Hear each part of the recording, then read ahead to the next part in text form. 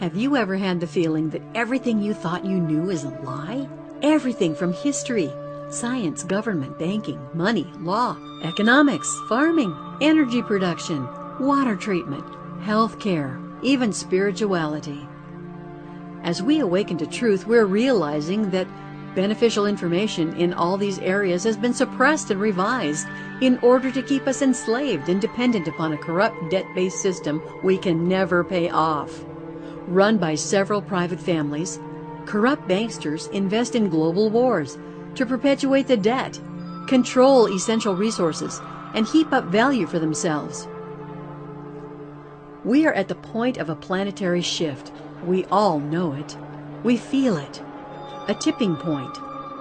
The low vibration of evil seems to be increasing, but in actuality, the higher vibration of light is increasing at a much faster pace. The matrix of darkness is deconstructing, and we are realizing that we have the potential within us to bring about the needed change. The old perpetuated slavery system was created with the sole intention of controlling people through various methods such as fictitious money systems, water, food, and chemicals, to name a few. In the old system, the few were the benefactors of all the earth's resources at the expense of the people. But together, we are building a bridge from the old fictitious system to a new one, based upon entrusting Earth's resources back to the people, to allow the people to create and bring to life their visions and projects in adherence with universal common law. The ability for each individual to express his or her creativity depends not only on the freedom to do so, but the financing as well. Thankfully, now there is a solution. As of April 2013, with the assistance of K681 King of Kings Mistressino AS, Global Development Exhibit AB, payments 1 through 11, have been released for distribution back to the people of the world. Based on population, nations of the world will receive value due their people. The United States of America, for example, receives $1,965 trillion. Canada receives $209,495,520 million. What this means is that your energy or value as a human being on this planet that has been previously traded on the stock market, stolen by governments, banksters, and greedy corporations, is being returned. Together, we are building a bridge from the old debt-based paradigm to a free society where we can all live a life of freedom, abundance, and hope. Healing and rebuilding can begin. It starts with the seeds of creative thought, which blossom into dreams, which grow into the fruit of reality. Once the world debt system has lost its grip on us, we can freely exchange information and bring forth solutions. Working as teams using our individual skill sets, we can develop life-giving energy flows in every area of society. Instead of buying goods and services, we pay them forward. What was once only a dream for a free society can now become a reality.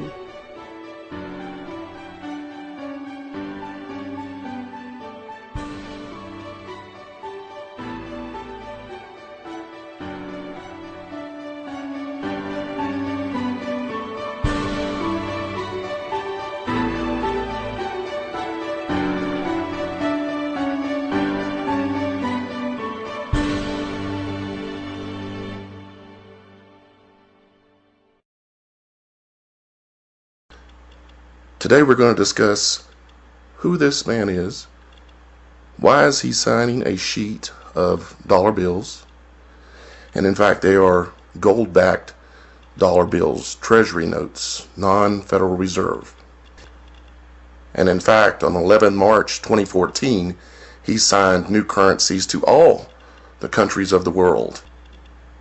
Non-Federal Reserve, private bank, treasury notes for the U.S.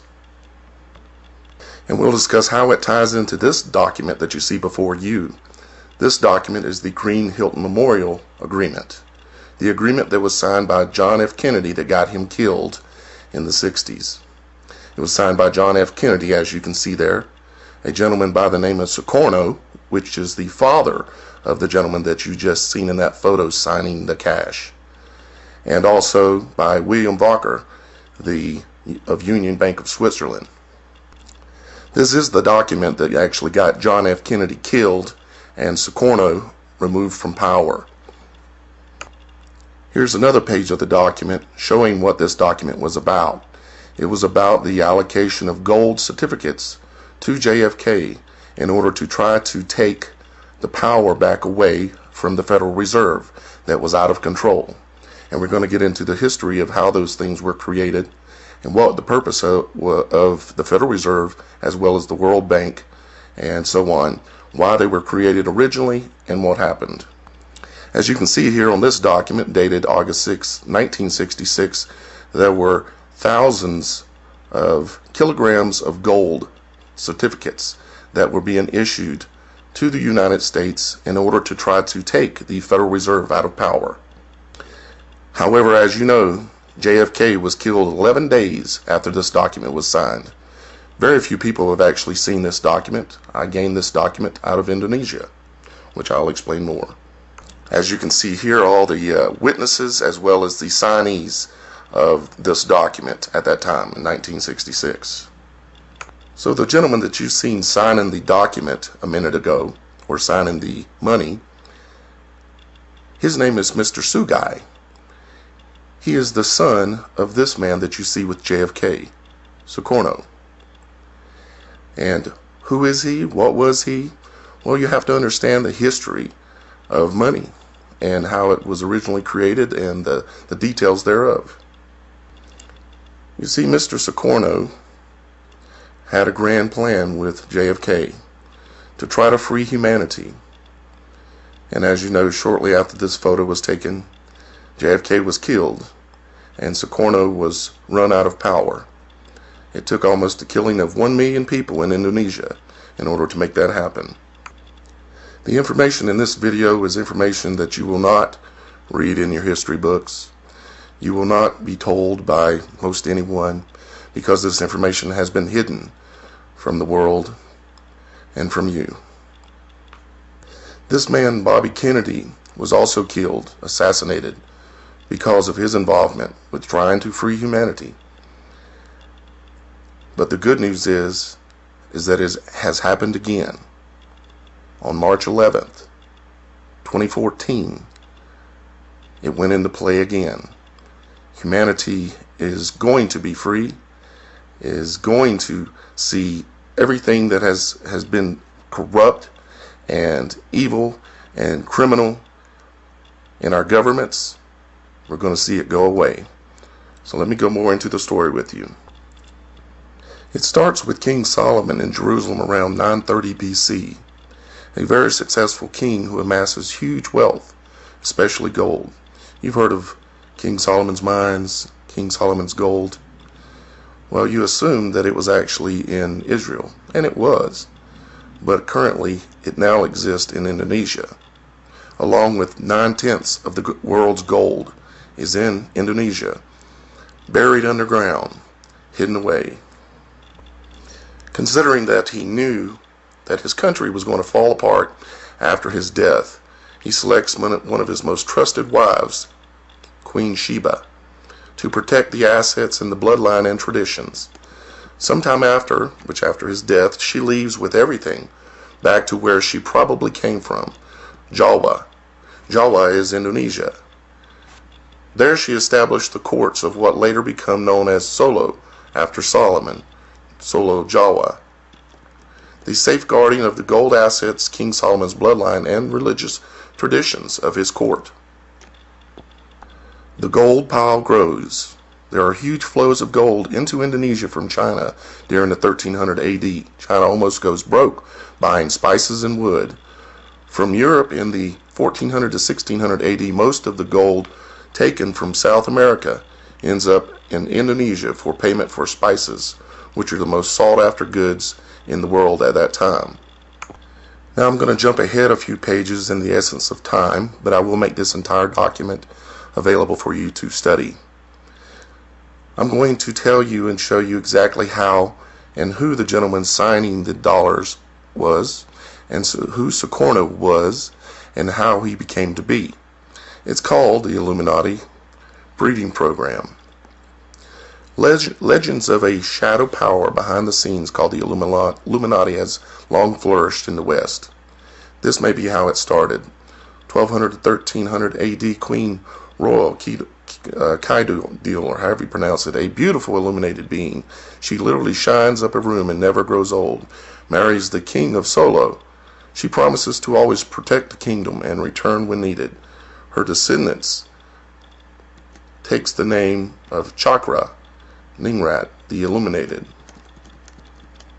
1300 to 1700 AD, royals marry royals and none other. The Jawa bloodline was important, and Chinese, European, and Middle Eastern royals all intermarry. In 1700, all major wars are basically between close or distant royal family members. They are all related one way or another.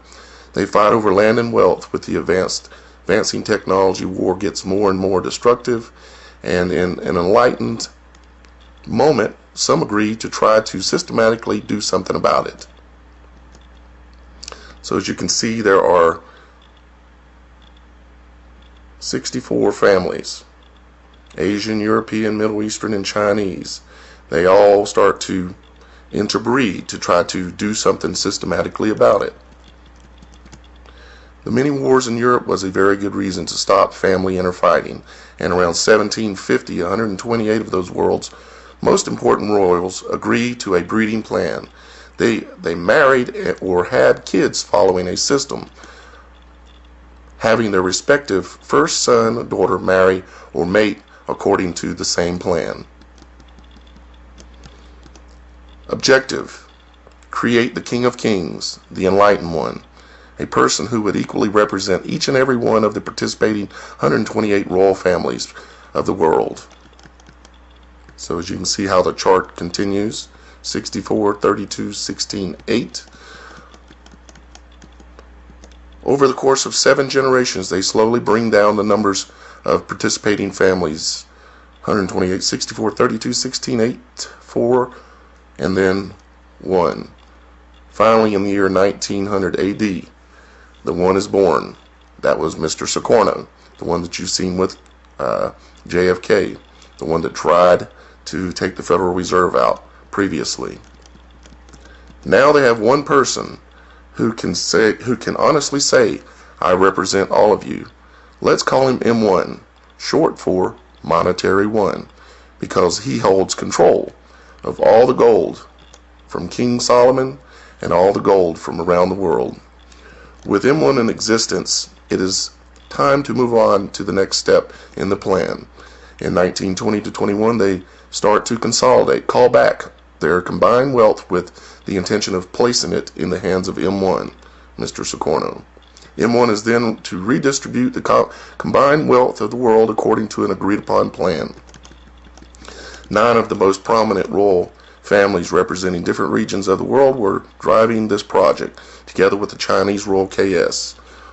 One of the most active and respected among them were PBX, Pak Binu, M1's biological father, and the king of Solo from the Chakra Ningrat, or the Illuminated Solomon bloodline. So in 1928, PBX calls a meeting to Solo, Jawa, Indonesia, for all the 128 families to attend. Here they sign a POA transferring all their combined assets into the hands of M1, Sukarno. He is then supposed to distribute the wealth according to an agreed upon plan, the plan of the experts. How it was supposed to work.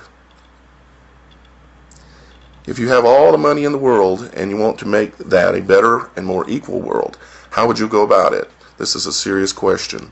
The people faced with this problem opportunity planned it along these lines, all with good intentions. First collected into one big pot, Indonesia, and the surrounding islands in the South Asian Pacific down there. Set someone trust in charge, but have checks and balances in place. One of the primary objectives was to free the nations from colonialism. That means the crown, basically. These new nations should be governed by guided democracies. So up on top of the world pyramid, there should be a forum where every nation has a voice and a vote. And that's how the UN got created originally. That was the original purpose. When ready, M1 should transfer the power of that world government body. It was called the United Nations. All these new and old independent nations needed financing to supply that and track all major fund movements. You need a central bank to all central banks, and that was the Bank of International Settlements in Switzerland was planned to be set up for that purpose, to give everybody access to the best and brightest regarding infrastructure and financing. The World Bank was incorporated. The World Bank's job is to employ the best in their fields, who then plan projects and infrastructure solutions around the world. They will also finance projects that can meet normal commercial bank requirements. They also approve cash utilizations from the Fed and other banks. Your project needs a World Bank approval to get financed. To feed the private side of the world finance with cash, you need an outlet. The Fed were taken into this role. The Federal Reserve is what we're talking about, guys. It was to be the cash cow of the world on the private side of banking. They were to supply all prime banks with funding, the top 25 around the world, not just America, but all others. Here's where it started to all go wrong. The Fed became a political tool to push power agendas. Its owners eventually hijacked the whole system. So you see, Sukarno and Kennedy recognized this in the 60s, and they wanted to stop it because the Federal Reserve had started printing money without having gold-backed certificates, monetative easing, and they wanted to stop it, and they attempted it in the 60s. And of course we know the result of what happened to Kennedy. What happened to Sukarno was that in Indonesia, the CIA decided they wanted to, of course, take him out of power as well. So they put together a coup, you might say, and they killed approximately somewhere between 500,000 and 1 million Indonesians in the 60s, 65, 66, right in that range. And they blamed it using propaganda on Sukarno. And Sukarno was then put on house arrest for the rest of his life. And Kennedy was murdered. And now, on March 11th, 2014, an agreement has been made again that the dollar, the US dollar, and all currencies of the world will go back to gold-backed dollars. Non-Federal Reserve Treasury notes in the US. Not only that, all Federal Reserve debt is going to be wiped out. There is a video exists of this event taking place, which I've seen the complete video of them signing all the currencies of the world and putting this into action. So how am I privy to all this information?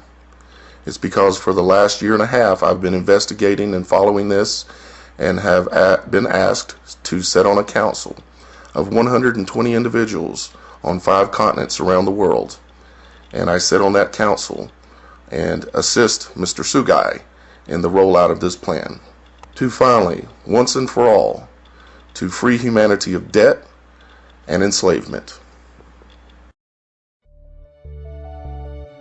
The time has come for Indonesia to introduce the Creation Value Asset Center, a new framework for social and economic governance for which all the world's people have been waiting. But first, the people of Indonesia must know what has happened to them in the past and how it happened. Under the old systems, governments did not serve the people. Bankers and government officials made loans with the direct intention of creating such a massive debt that the Indonesian people would always be unable to pay it back. They started wars and conflicts by selling weapons to both sides and destroying regions involved in these conflicts. Funds have been generated by monetizing every being's life and using every child's future work as collateral. The banks in turn loan these funds back to the people, who are then forced to repay these funds plus interest. Well, the time has finally come for all the people of the world to now benefit equally from the labours and works of this great planet. All participation in the CVAC is voluntary and non-coercive. Each being who joins the CVAC steps away from the old system. In the new CVAC system, everyone has freedom of choice in religion. The police and the military are repurposed to be protectors of the people instead of protectors of the corporate state. This is the first step towards implementing the system, creating a safe environment for everybody where no being will be harmed. The basic human rights of every being is recognized. All corporate debt is now erased and the corporate government system is terminated. The new CVAC system will eliminate the coercive and subversive elements of Indonesia's governance going forward. The CVAC initiative is being underwritten by God Sky Earth and the King of Kings, K681 Mr. Sino AS, with funding supplied by the SWISSINDO World Orbit Trust. At the conclusion of the upcoming United Nations Treaty event, funds from the global collateral accounts are to be returned to the Indonesian people via trust accounts that are guaranteed by SWISSINDO Exhibits AB. The allocation of funds for Indonesia is a total of 14 trillion and 50 billion rupees, which will be distributed evenly amongst the 260 million people living in Indonesia, with additional funds for almost 8 million repurposed CVAC personnel and other humanitarian development efforts. These funds are being distributed through the Creation Value Asset Center and support a new financial system. In this way, the wealth of Indonesia is returned to the people equally. The new CVAC system is not a government, it is a governance system, empowered by the people from the ground up, not the top down.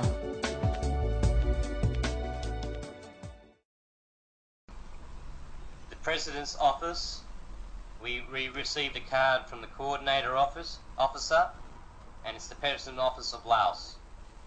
Now, this one particular gentleman we spoke with, that was part of the Laos delegation, he was acting as the interpreter for the gentleman who was the signatory on behalf of the Laos government. And he speaks very, very good English. He's Harvard educated. So he speaks very, very good English. And we were talking to him about the CVACs and about the CVAC constitution, and they are just jumping out of their seats. They're really, really keen to get with us. So I'm looking forward to another trip to Laos to talk to them about the CVACs and the governing laws of the CVACs, which is, very simple: do no harm, cause no loss, and don't abrogate the free will of another. There's one sub clause to that, which is do what you'll say you're going to do, which is the contracting law. Yeah, so if you want an idea of what the governing laws and what the CVACs are designed around, they're designed around, we've been working on this for almost a year now, and that's what we've been doing all this time. We've been working on the CVACs and also working on the system of governance. Now, the one thing that people have to understand is that this is just a bridging system. This is temporary, and the CVACs are designed so that they constantly evolve. We have a template, and the template is very open-ended, so each country can make it their own in terms of suitable to their culture, suitable to their community, suitable to their way of life. It's open-ended, but there are governing laws that ensure it doesn't abrogate the free will of other people, that it doesn't cause any harm or loss, and that includes also to the earth and the animals. Everything is every living being is eternal essence. That includes animals, that includes plants, that includes trees. They're all living bodies, and so everything is respected as eternal essence embodied. And there are checks and balances throughout the system, or the projects in place, that allow people to step up and put their input in if required. We will provide that through what we are working on via a solution hub. And a solution hub will be set up throughout the world for people to allow to step up to any one of those projects. And if they feel there's any abrogation of free will, put in a request for it to be looked at. The project stops, it's attended to. If it needs to go any further, there is a call of 100 based on common law that the process will have to go through, and whoever needs to stand up and be accountable will be made accountable, and they will have options to either rectify those mistakes or to stand in their what they believe is their understanding consequences for anything that they go further with any damage. And so even governments themselves become almost like CVACs, not like what we understand today governments are. And they become CVACs in the sense that they become service centres. They become centres of service to humanity. Now, I did have a question as I was listening to this. Were there any of the G20 or the United States or England or any of those guys representing there? Of our protectors, and instead of our governments are meant to protect you from foreign invasions. Governments are meant to, ensure that their people are fed and sheltered. That's their role. That's the role. Governments are meant to protect your contracts. Instead of funding the people, they've been pocketing it, and that's where the twist has happened. They quite happily profit from the people's value, and they set themselves up. Well, that's got to damn stop. And this way that we're putting together at the moment will allow not only certain officials currently, like they do, to say something, but Joe the homeless person who's struggling to find a house over his head and get food in his mouth to stand up and be heard correctly and be addressed. Well, the big problem is that the governments aren't governments, they're corporations masquerading as governments. That's right, absolutely. They're for-profit corporations masquerading as governments, and how are they feeling about all of this? Accountable at this point in time. There's been no process. At this point in time to make them accountable, because they've sat up in this upper echelon and made themselves detached from the people when they are actually dealing with the people's value. They persecute. They throw people in jail for when they stand up. The process that we put in place is their voice to be heard and addressed, not just heard. The Constitution that has been created, or the template, or the guidelines that have been created so that each country can create their own constitution, one of the conditions of that is that they must also have a debt jubilee, meaning that all debts must be erased. That's one of the conditions of the Constitution. Now, unless it meets the criteria of the CVACs and the solution hubs, and also the Constitution, which will be vetted by the SWISSINDO delegation, basically they don't get funding. And for them to get funding, how much was it? The funding for each country? $198,900 billion for each country. What we know is countries and borders, 253 countries. Those borders will be broken down once the infrastructure budget allows them to move forward. And they won't be able to get a sign-off on that unless they meet all the conditions, which again, as I said, are the CVACs, the Constitution, the debt jubilee. All of those things have to be done in order for they have to agree to do that in order for the funds to be transferred through Laos. So Laos already have a banking system in place. That is not the final banking system that will be used. It'll be an exchange between individuals, so there won't be banks in between you and me. So if I want to pay you for goods, I will pay you directly for goods. Every person will have their own trust account, and you deal directly with the individual that you're purchasing the goods and services. Where we based that off from, guys, is originally what we were looking at when we were putting this together was a lot of the good thoughts of the OPPT with the Project 13 and the IUV exchange, direct exchange of value with each other. There is no middleman required. There's no middleman that's going to profit from anybody else's energy. This is a direct exchange, one-on-one between each other. So maybe now would be an okay time to play a little bit of devil's advocate here. By all means. Absolutely. Because I follow both sides of this and observing it, and I talk to Heather quite frequently, and I know she's opposed to SWISSINDO quite heavily. There's the letter by Pieta Morgan that came through a little while ago. Where she resigned. She resigned and had problems. So, I mean, how do you address those concerns? The fact that Heather was offered the Queen of Africa, and you know, she's saying there shouldn't be any hierarchies, and that's not what we're ultimately trying to do on the planet, is creating another system of hierarchy. Even though a better one than what we have, it's still a system of hierarchy. Okay, I can address that in the sense that the lack of understanding of what the positions are from what we know between Western and Eastern worlds.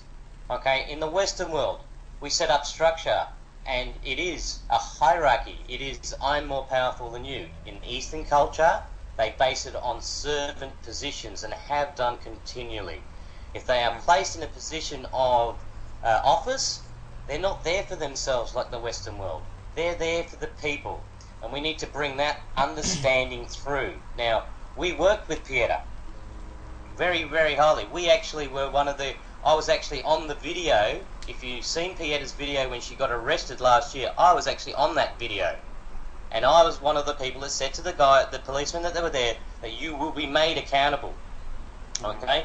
We provided documentation for Pieta to allow her to come out 3 weeks earlier than she expected out of that jail. So we put in a lot of effort, and we struggled for Pieta, and we made sure that she was registered with the United Nations and that she had a place that she was secured and protected from. She unfortunately doesn't understand the servant position. You know, we're not here to tell anybody what to do. We're here to give opportunities in the best interest. Now, we're not the be-all and end-all of this either. We only move forward with what the people want. We set in a structure that we believe is correct and fair, and people are still able to, via the solution hubs, make those changes or suggest those changes that will make it better. And that's how we broaden from what we are currently 3D through to 4 and 5D, if that's what you want to call it, or into a better, new, fairer, new world. And you've also got to have a system that that allows a transition from where we are to where we want to go. We know ultimately we want, you know, this kind of utopia and that 5D place that a lot of people talk about. But the reality is you can't jump from where we are to where we want to ultimately be. For many reasons. Another one being that a lot of change causes a lot of confusion, it causes a lot of fear, and it causes a lot of, and out of that fear, people can react.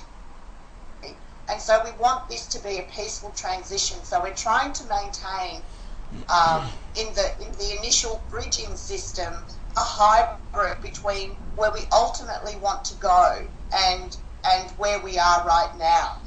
And so part of that includes, for instance, the existing banking system. So now that Laos have come on board, they're oathed and bonded, I believe.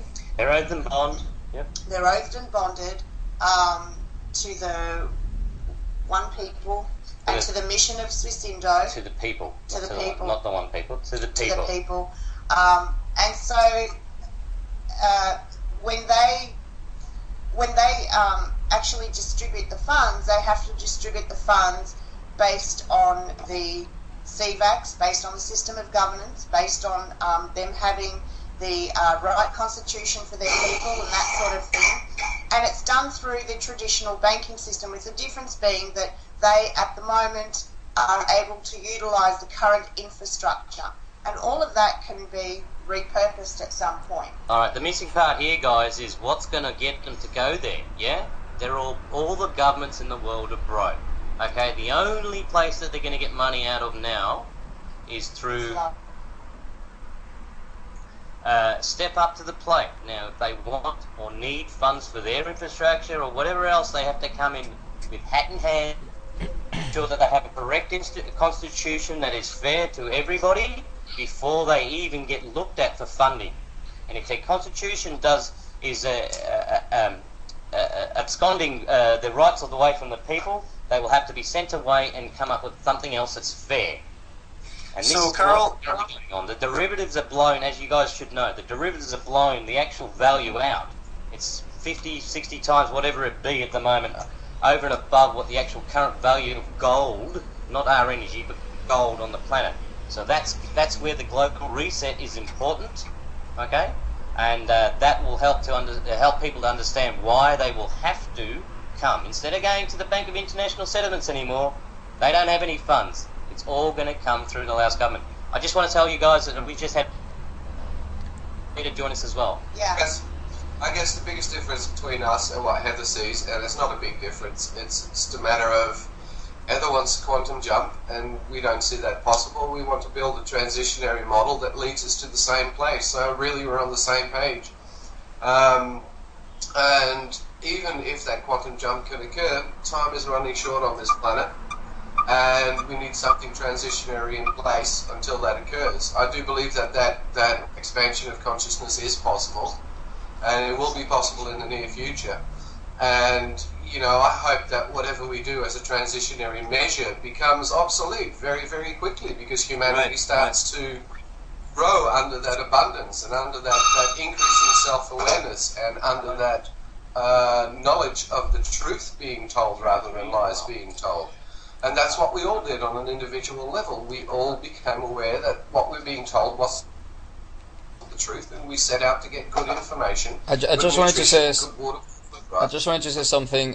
From my experience, a lot of people would like to change the world, but they have absolutely no idea how complex this could be to change the world. So basically today, from my understanding, the SWISSINDO is just a transition that can keep a kind of system that we are familiar with, and we can actually keep this system by, first of all, cleaning everything that is bad. Because a lot of people, for example, think that money is wrong. Money is not wrong. Money is just money. What the people do with their money can become good or bad. The intention actually guide the results. So the system today could be actually beautiful. And initially, democracy was actually something amazing, but unfortunately, some people take the power on that, and today this become a big mess. So that the message that I always try to bring to people, like let's just hope. It's not going to be the perfect one. He had a lot of potential of adaptation. It's not the perfect one. It's going to change a lot. Today, this paradigm is 10 times, millions times better than the one we have today, and we really, really, really need to focus on that and help as much as we can all those beautiful people who actually create that. Okay, I heard somebody say, can they ask a question? Go ahead.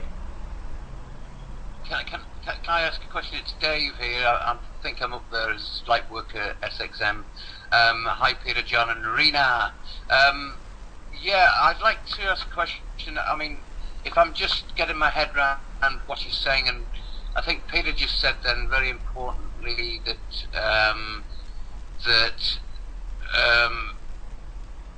sorry, it's left me, but anyway, the whole picture looks like the transition bridging of what Benjamin Fulford called the win-win situation.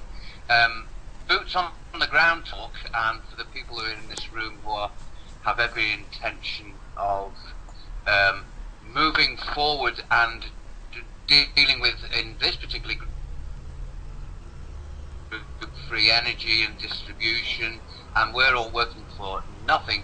Boots on the ground, rubber when the rubber meets the road. What sort of timeline are you think that this indication is that we'll be able to do what we are being put on this planet for? And I have a completed question, which is which country will be the next one to, from your knowledge, which country will join the CVAC after Laos? Like, do you have a plan? Do you have any country who already manifest an interest? Look, the question of anticipation for all is out there for everybody. Don't get me wrong. Timeline, as we know at this point in time, all depends realistically on how much we can get this current information of the signing. which is exactly the same as the Green Hilton Agreement that JFK signed, out to the people this time rather than the governments. If we leave it at the government end, what they will do is squash it, and they will end up. We're happy we are if that is the case, that we are in danger. However, we have to do these things right. If we don't empower the people with this information, they can't step up to their governments and say, we know what's going on, and your game's up. So it has to come from that end. Peter, I think you wanted to say something. Yep, it has to come from that end. You've got to look at what's happening in Laos. Having spent quite a bit of time with one of the representatives of Laos, it became very clear that they're enormously enthusiastic about getting this rolling as soon as possible. Once one country goes, once people see that a country like Laos, which has been, bombed, raped and pillaged by Americans, French, Chinese, Vietnamese, one of the most downtrodden little countries in the world, see them become one of the most abundant free countries in the world. People are going to be demanding this. People are going to be seeing this. This is something that can't be hidden. And it's got to be a domino effect. The domino effect comes with what the time frame actually is. It really doesn't matter. I'm going to have to say goodnight. I've got to get up and going to work early. Bye, Carl. We'll talk to y'all later. Yeah, good night, y'all. All right, bye. Good night. So, Peter, John, do you have any names or of other countries that could come? What we're in this room, and in this room only, okay? I'm going to tell you this. The information has come forward, and this might address that question of yours, okay, directly. We actually have Mr. Obama coming down to Indonesia to meet us. Now, whether or not he's the next country, that's going to adopt the CVAC principle from that we're putting through along with Laos, I can't answer that. Yep. So sorry, who did you say, John? We didn't really hear it. Who did you say? Obama. Obama. Okay. Yeah, he's coming down apparently to visit us. Okay, about this. He knows that the game's over, okay? Whether or not he is the next country to sign up, which is the USA, I can't confirm or deny that at this point in time, other than that information stays in this room, please. Okay? Right. Okay, now Fulford has told us, and other sources as well, that the Kabbalists, a certain group of the Kabbalists are definitely not going to give up. They're going to, fight right to the end, sort of thing. Mm-hmm. So well, they are.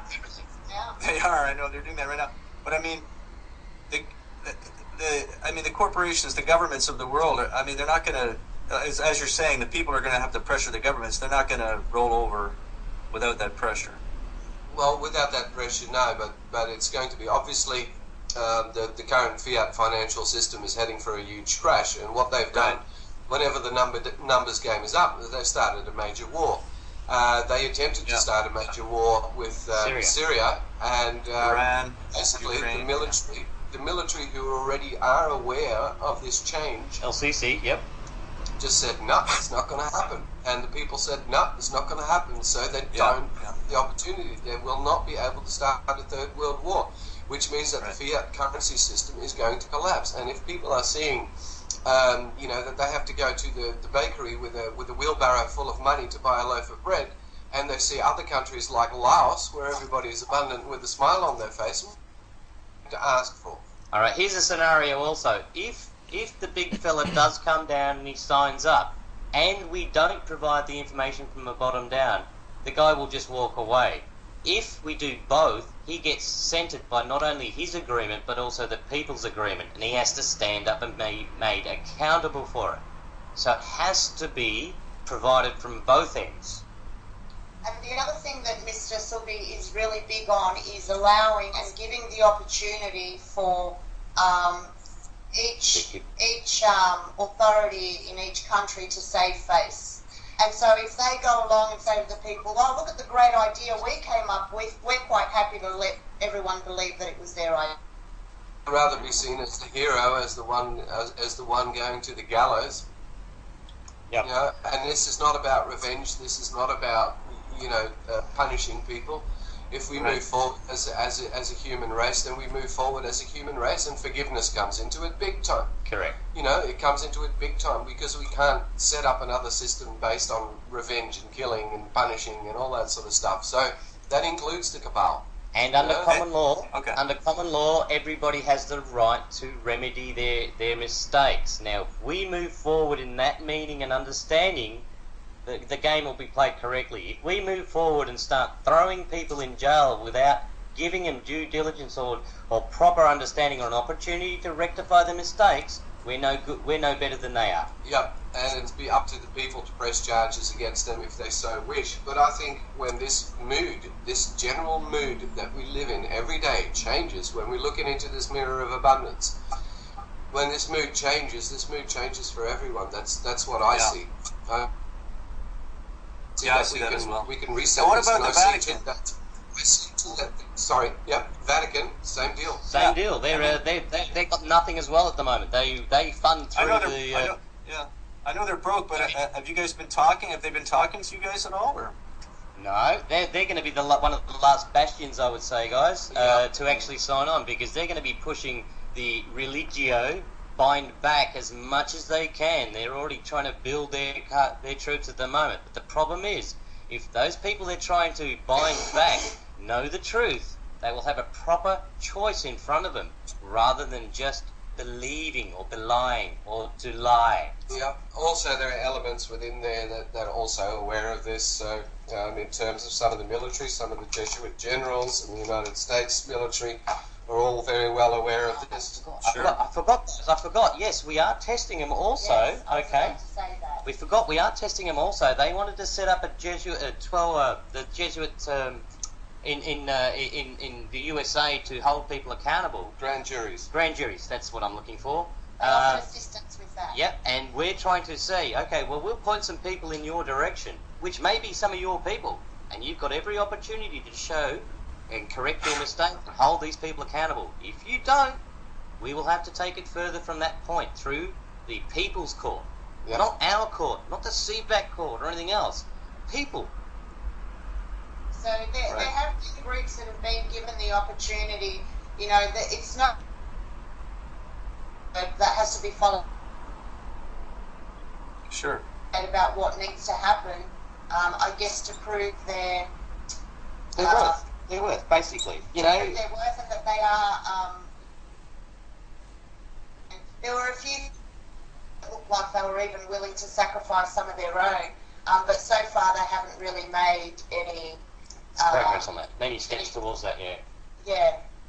Can I'd just like to put it in a nutshell how I see it philosophically, if I can, just dance with me for a moment. Centralized systems of government that operate on control, right? They operate on control under the justification that are in a state of internal chaos. And sorry, Peter, you cut up. Like, can you repeat, please? Yeah. Okay. So the current systems we have are systems of control, government of control. And the reason that the government says we need to keep control of everything in a centralized way is because people are irresponsible, because people are internally in chaos. They're not. They need laws, they need police, they need oppression, they need all of that because we need to keep them under control. And this is the way the system has bred people. People has the system through its education systems, etc., and the press and everything else has bred decimal people system internally in disorder, and that justifies their existence of imposing order on people. What we are seeing is that we're going to start from where we are with a centralized system, because there are people out there that are hurting people.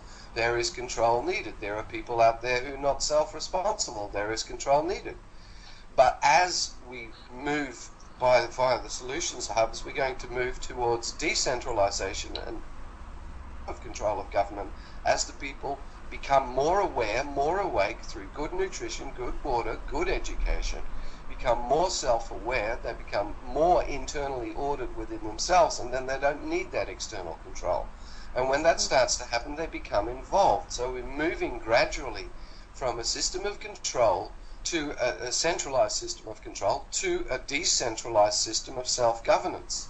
You know, there are plenty of dickheads out there who are in a mess. There are plenty of people who'll do the wrong thing. There are plenty of people hurting each other. All that sort of stuff is still out there.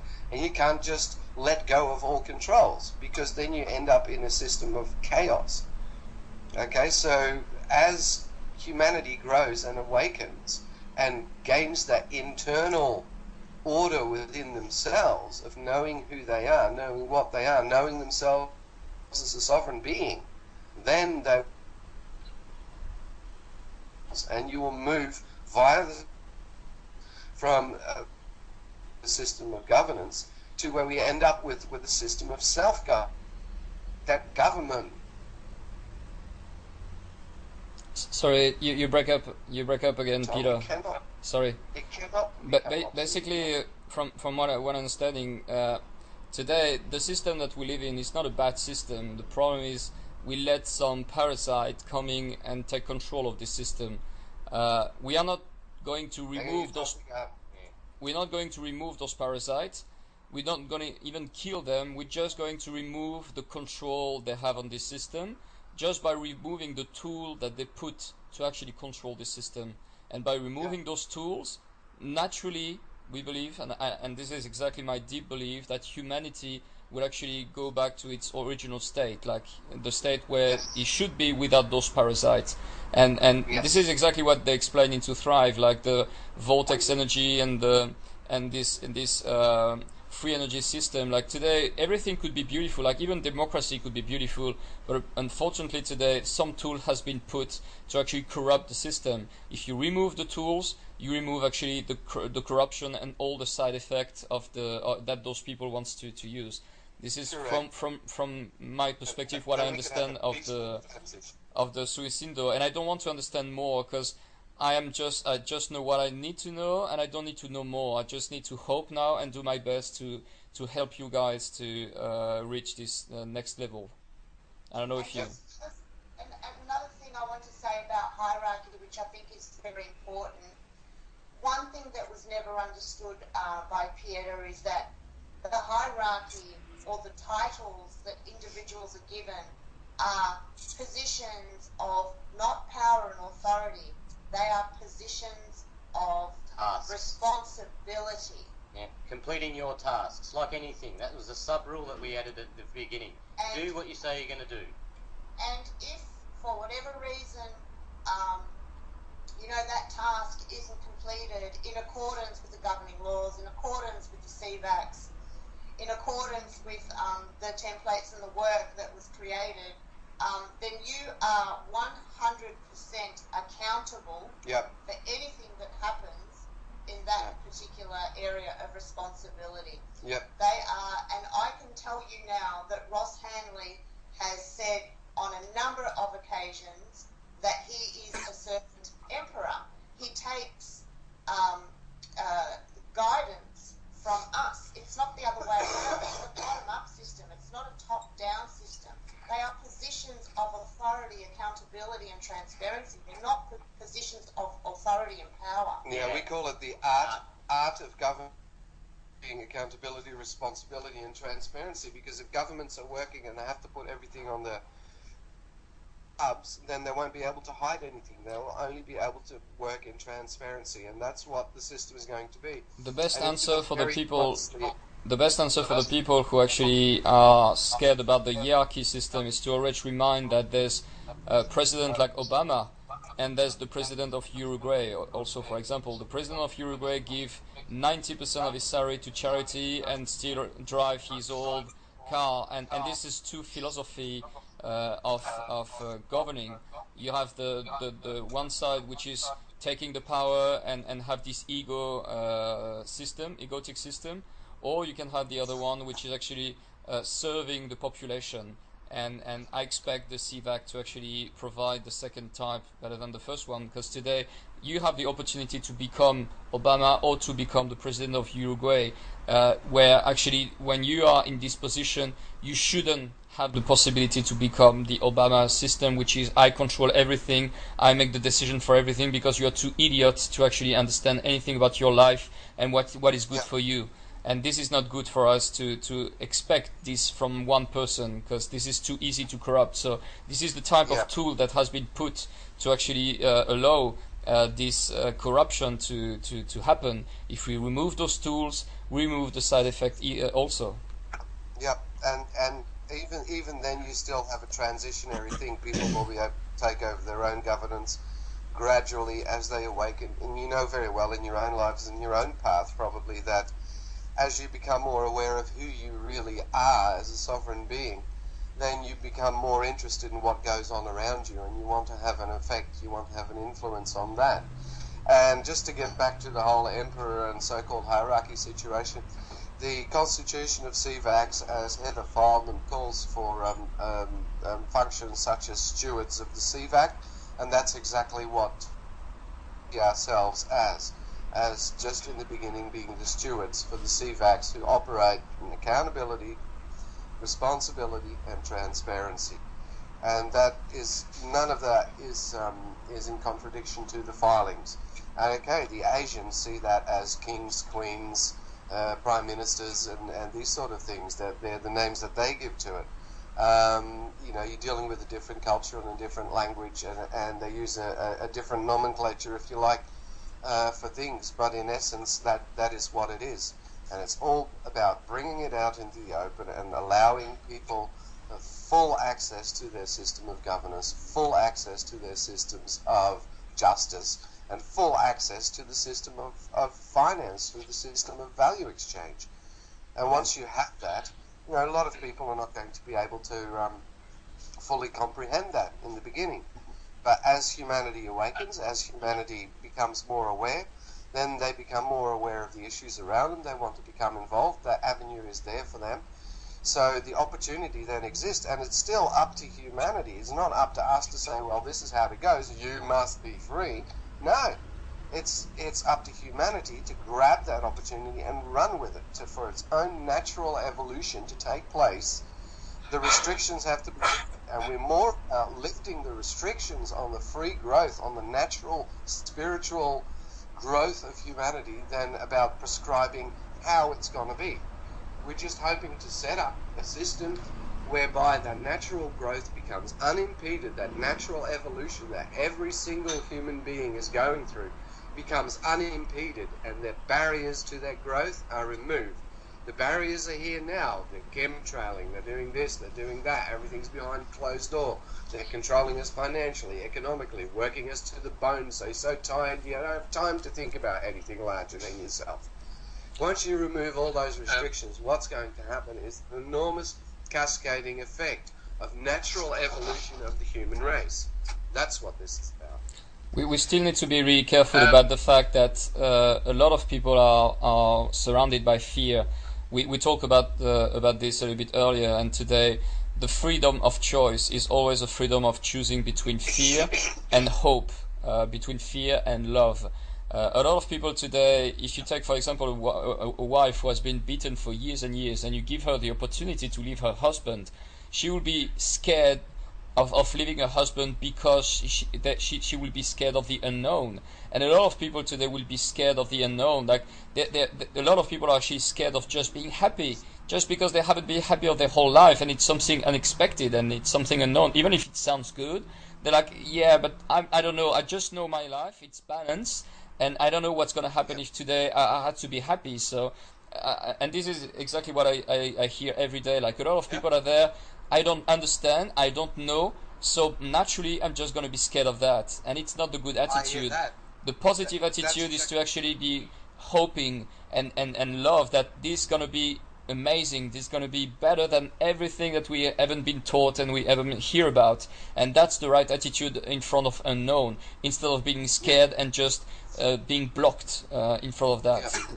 That's why rule number one in what we decided rule number one was was maintain the familiar, maintain a structure that people can see. Okay, people will still be voting for a government, for instance. But they'll be under a different set of guidelines. That's the other difference. So on the outside, everything may look the same, but on the inside, it's completely different. It doesn't work in the same way. And the other thing I wanted to say is that, you know, some of these people who want their freedom and are fighting this on a constitutional basis or are fighting it in the courts or whatever, some of those people who you'd expect would be the greatest supporters are in fact the greatest detractors. And my view of that is because they've built their whole identity of who they are around this, and all they know is the fight. All they know, you know, their identity is that person that is, you know, a whiz when it comes to the Constitution. That's who they are. That's who they've built their identity around. And to make all of that irrelevant, overnight, we're not talking about that they don't want their freedom. What they see it as is the taking away of their identity, and that's something we have to give those individuals time to struggle with. What that last statement from Peter might have scared you guys a little bit. However, I want you to realise, and Rena's going to expand on this, she doesn't realise this yet, that system will be set up first of all as the specialists, the mentors, and specialist, mentor, and coordinator. And coordinators.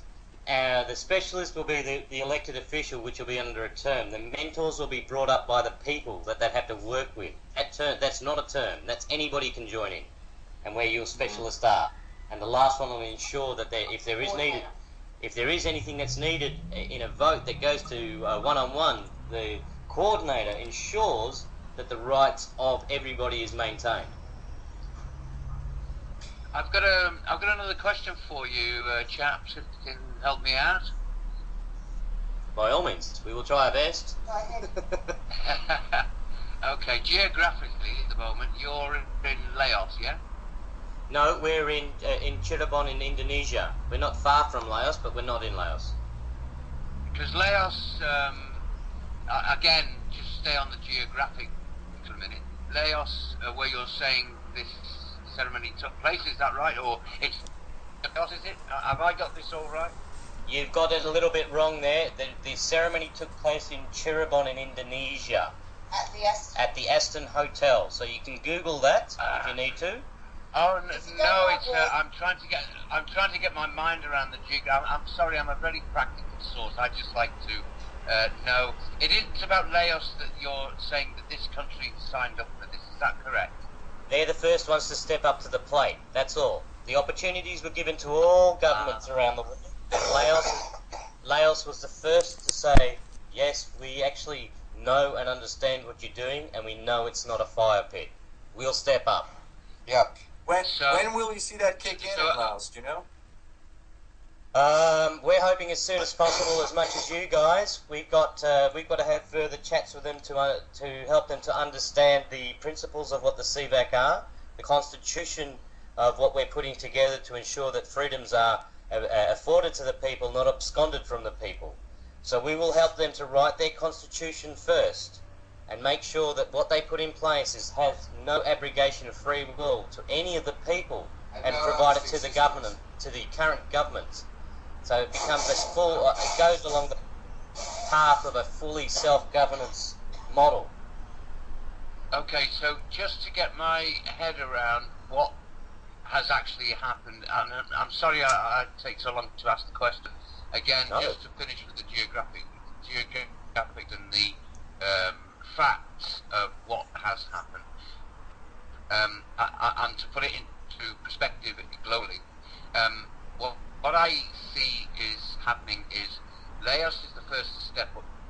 Now that's a country that borders Thailand and Vietnam and Cambodia, if I've got it right, something like that, isn't Correct. it? You know? Correct. And it's got a population of about 7 million people, yeah? 6 million people. Okay, well, I wasn't that far out there. And, pretty good, pretty good. Six and a half million. So that's a thousandth of the world has got this access to this in population, if you look at it that way, which is neither good nor bad. I'm not looking for good nor bad here. What I'm trying to get at is this is the first country, and as you say, it's been fairly heavily bombed and treated badly and stuff like that.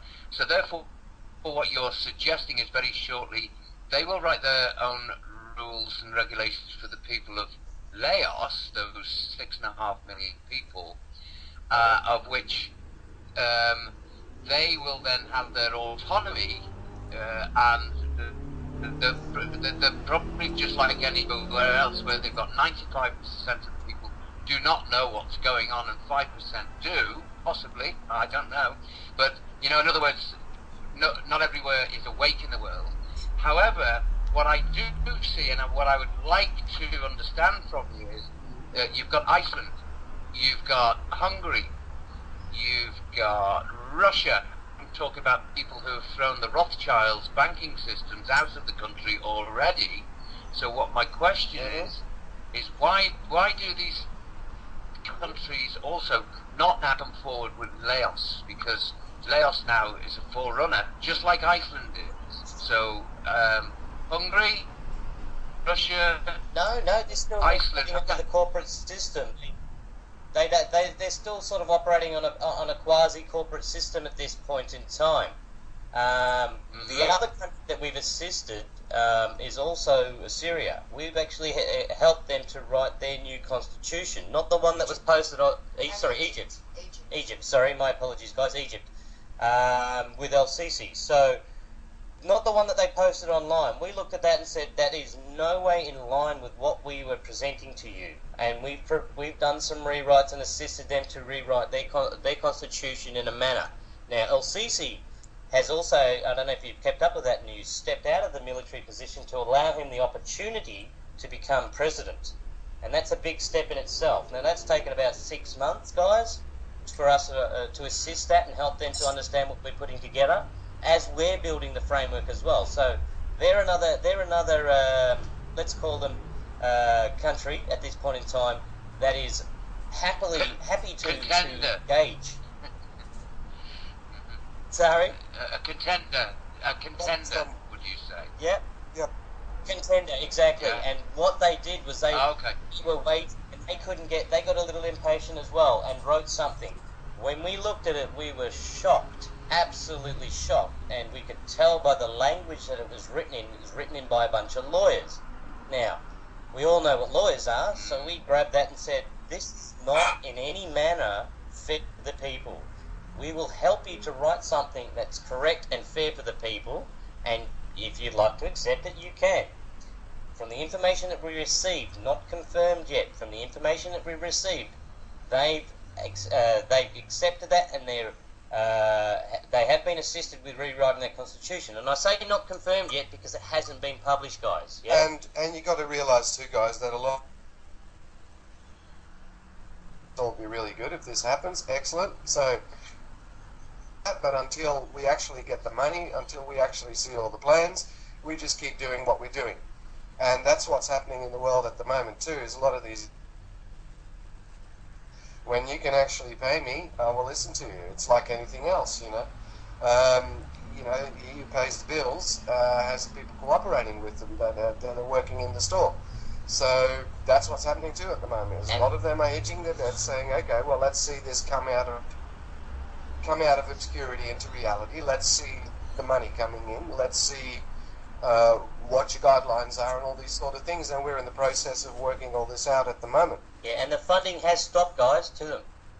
This is why they're scrambling. This is why you see these extra legislations being written. You start to see a lot of this absolutely in front of your face control restriction systems that are happening. You know, they're trying to grab every last cent they can out of the people. Yep. Okay, and that's not good. Read your shoes. It's the same with the military too. The military are very happy for the change to occur, but the military are soldiers. You know, solding in Latin means money. You know, they march on money. So when the paymaster changes, so do they, and that's where enforcement. Yep, that's where the enforcement part, or more the protection than the enforcement, really. Another question. I was wondering is what are you doing every day over there? Like, what's your what do you do since 10 days that you're there? Like, what's your schedule per day? I'd love to tell you I've got something set, Romain, but it is very fluid here. The opportunities that we have being on the ground here are obviously a lot better than us being in Australia, insofar as that we actually get an opportunity to have an audience with Mr. Sugiata no Tonogoro. Okay? And that in itself allows us to directly speak with him one-on-one and produce what we need to in front of his face and show him what we've been working on. The stuff that we have been doing, he has been more than proud of. He has actually been overwhelmed and emotional at some of the stuff that's coming up. He said he's not here to tell us what to do. We are here to tell him what to do. Yep. And that we go back to that servant position again, guys, yeah? He can put all this in place. He could get on his computer right now and go tick, tick, tick, and then away he goes. But he's not going to do that, because that's not where the information he wants to come at. He holds the codes. He holds the microphone numbers and everything else in his mind. As Peter said yesterday, Romain, you know, he came from to Chirabon, and he just received this information, and he knew what his task was to do. And that's why I say the hierarchy in the Eastern culture is just task-based. Could you please? He's not meant to tell everybody what to do. He wants to hear what people want, first of all, and then provide what is required for those people to move forward. Yep, that's why he spotted the OPPT, and what Heather does is the opportunity for him to do what he'd been looking to do for decades. Could you please just re-explain to Bill, Kevin, and Dave, who wasn't there yesterday, what you told me, like just a quick summarize of the history, how this guy came and this kingdom. Okay. Yeah, and in addition to that, I just posted a video with a correction to say that Sakano was not But going back to what Peter was saying. He'll give you a brief rundown. Okay, so had the collateral accounts. We've always had the collateral accounts. The collateral accounts exist in the form of gold, silver, other precious items, all that sort of stuff that have been accumulated from the ancient royal families and bloodlines. Right. And they basically started what you might call a breeding program, so that all the royals of the world would all come together in one single person. All their genetic information would come together in one single person who would be the trustee for all this wealth. That person was Sakano. Okay? Sakano planned to do what we're doing now, and got in cahoots with JFK, Kennedy, and Kennedy went to Indonesia. The Green Hilton Agreement came from. For the Green Hilton Agreement, and there's back pages to the Green Hilton Agreement that you will not find on the internet where all this is stated. Obviously, they shredded a few. And so 11 days after JFK signed his agreement with Sukarno, he was assassinated, and Suharto, who was the military leader in Indonesia, deposed Sukarno as the Indonesian president with the help of the Americans and the Dutch. Okay, so ever since then, this was their move to block what was going on, to kill JFK and get Sukarno out of the way. Sukarno was much too much of a people's hero to be assassinated. They just sidelined him. So they thought, okay, we've done this now. We've blocked this. This is not going to happen.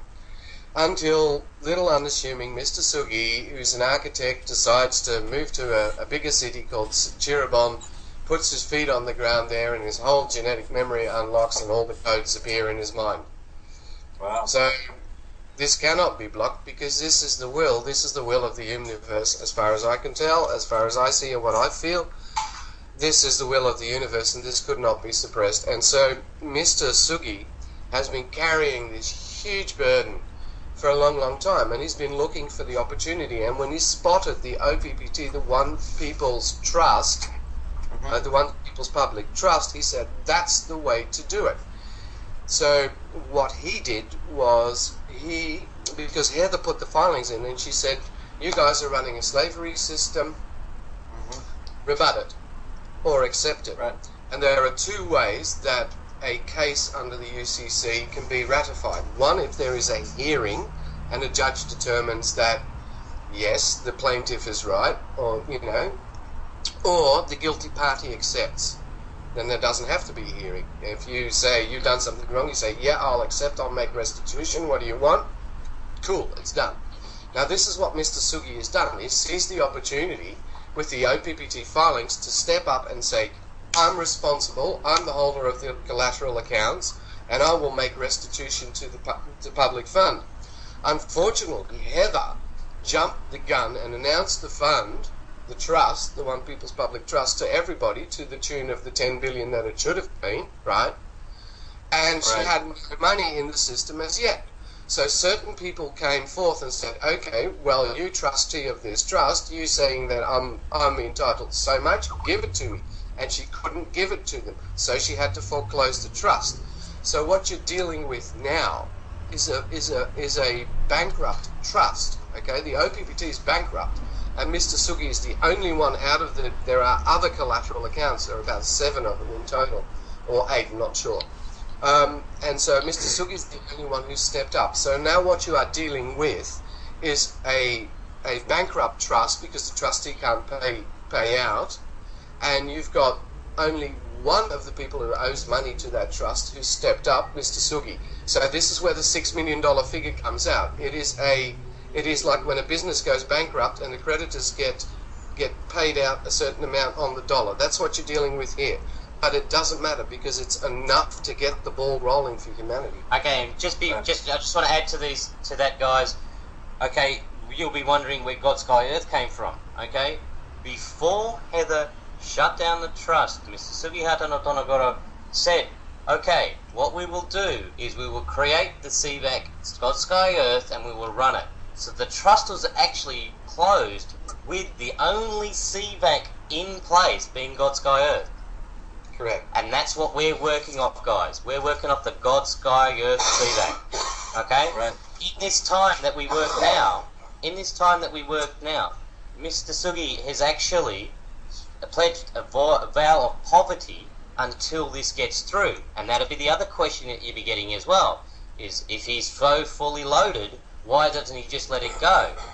Well, he's not going to let go 80 cents of the dollar. He's not going to let go 95 cents of the dollar. That's in letting some people get away and not fund them all. He's going to fund the full amount of that dollar. Go ahead. Okay, you're back. Okay, so Mr. Sugi's not gonna fund 80% of that dollar or 95. He wants to fund the full 100%, but that means everything's got to be done correctly. Okay, and that's why he's sworn to his vow of poverty until that happens. And this is where the people will say, "Oh, if he's so fully loaded, why doesn't he just let it go?" Because it's not the correct timing at this point, and then he will suffer along with the others, even though he's got all these little plots all over the place. There's supposed to be 80 burial plots of all this so-called wealth and all the rest of it, guarded by guards and overfilled by blood and the bones of others that they cannot touch because of the curse, because of the death and the blood that's there, until it's pure. It's pure, that's right, until the right plan is in place, till the right energy is in place, because there's an energetic factor to all of this. There's a lot of people who try to, you got your Fulfords and your Keenans and all these people and sniffing around these big holes in the ground. How can I get the gold? How can I get the gold? And it's not only been them, there's been plenty of treasure hunters. And I'll tell you now that the energetics of it are such that you cannot touch that gold unless you touch it in purity, unless there's a collective effort by humanity to produce the awakened people who come here, who can collectively put everything in place in purity of intent, then that's what value can get unlocked. And that's what is happening at the moment. People are coming here, people are awakening to who they are in this, people are becoming aware of what their function is in this. And this is progressively happening now as we speak. And it's not until everything is in place, when Mr. Sugi sees that this is it, this is done in purity, this has purity of intent, that the funding can be unlocked. And this is what we are so close to, and this is why we need the rise of this awareness amongst the people, because it's only that awareness that can unlock this. You see, it's a two-way street. Yeah, you guys take care. We'll take care of the.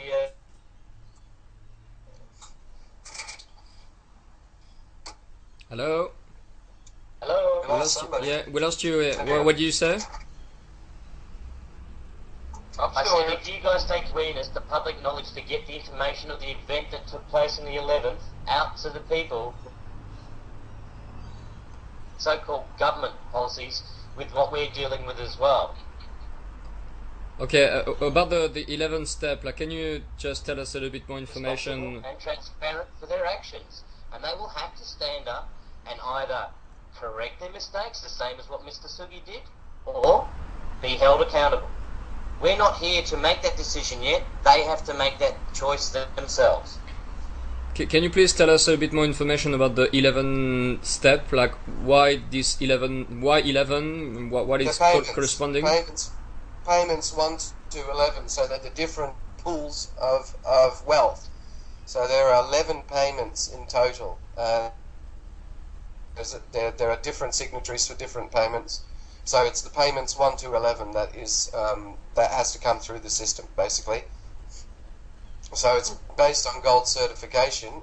You're not going to ship how many billion tons of gold that it is. I can't remember, but 73 billion tons of gold. Yeah, they're not going to ship that all over the gold certification. The gold's been certified. UBS has done that. So we're looking from a trickle down from UBS through various other banks and institutions into the LAO system, and there are 11 of those payments. So that's the payments 1 to 11, which is the human obligation, which means, in another word, people freak out about human obligation. Well, we have an obligation to them. No, this is the obligation that SWISSINDO has towards humanity. Correct. Is to release these payments 1 to 11 and get the wealth redistributed to the people. You know, the terminology.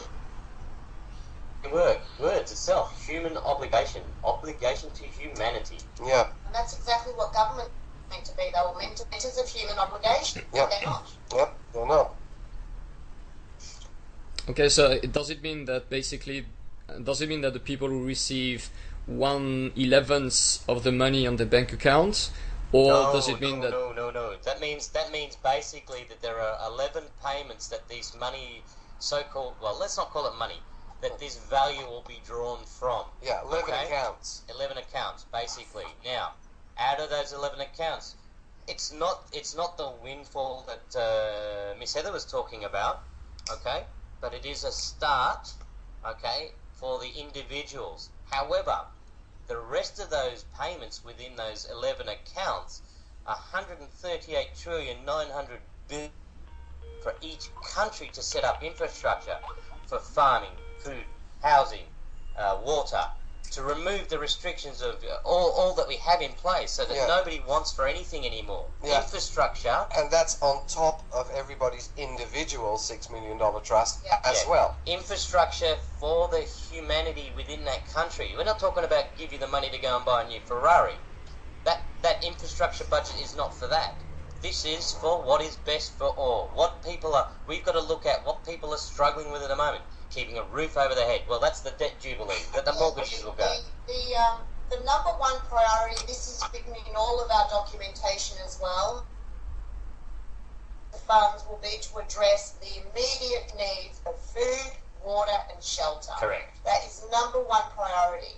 And that goes not just for the third world, that goes for the whole world, because this stuff we're eating in this society isn't food. This stuff we're drinking in this society isn't water. Okay? It's the good basics for all. You can say goodbye to Monsanto. As in itself, it's a corporation. The board members will have the opportunity to stand up and be made accountable and close that company, or they will be held accountable. Right. Good. Coming out. So it's gonna have to be a gradual process, though. Because yes, we're walking through gates through a farm. Yes. So just to give you a practical example, if you're looking at addressing food, water and shelter, let's take shelter for instance. How do you address shelter in a first world country?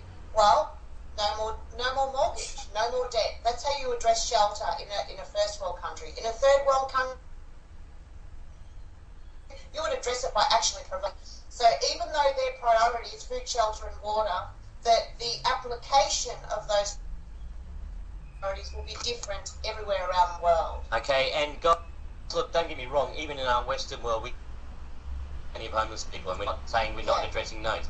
There are technologies out there that will provide housing, roofs over in 24 hours. The problem is we can't do it all in 24 hours. Yeah, the thing is too that all the solutions already exist in humanity. You were talking about food. Okay, well you look at the permaculture movement that's springing up all over the world.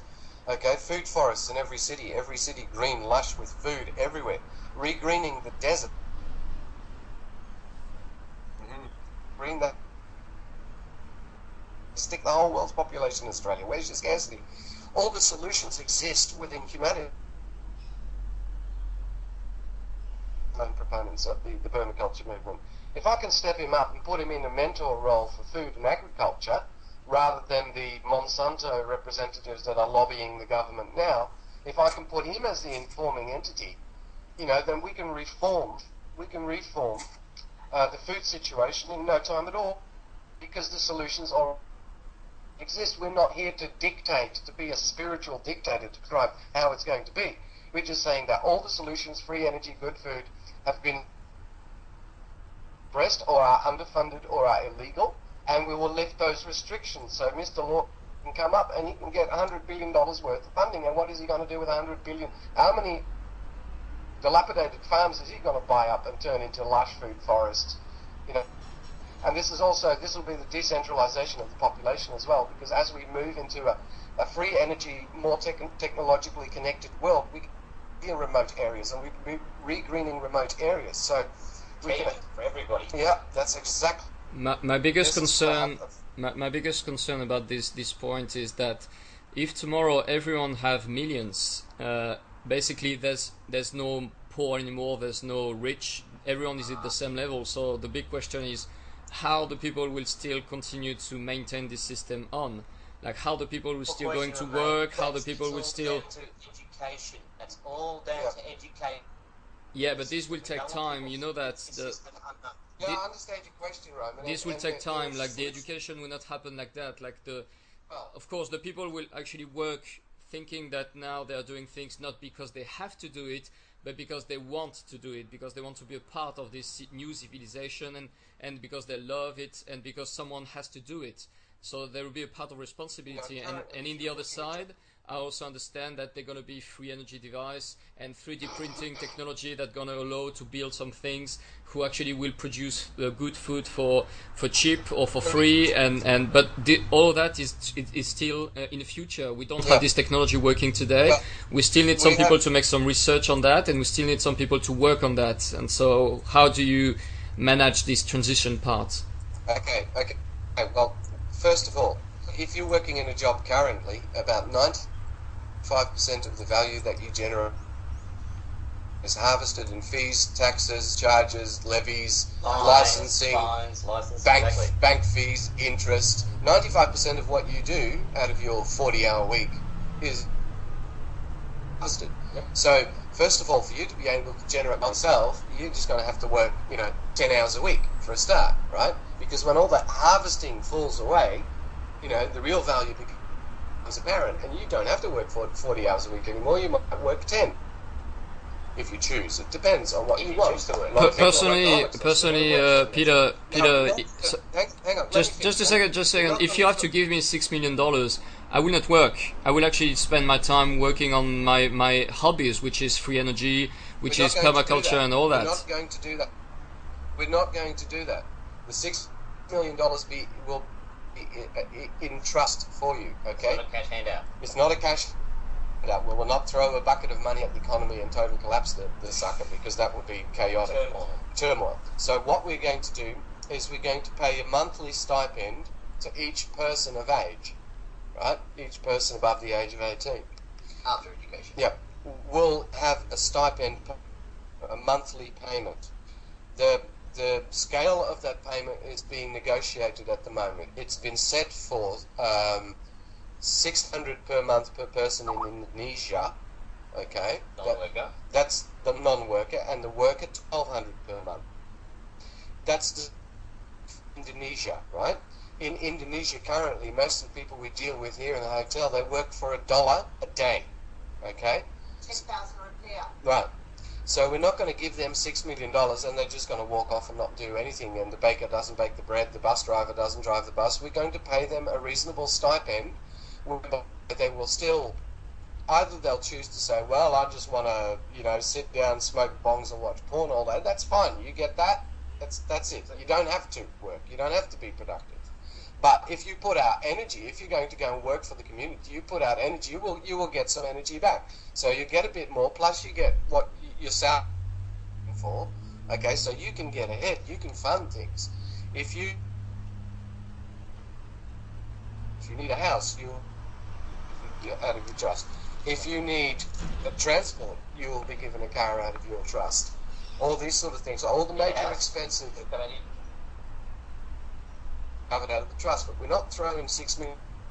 Can you imagine the Ferrari showroom with 50 men sitting there bidding on the last Ferrari? Their $6 million will be gone in a day. You know, all that sort of stuff.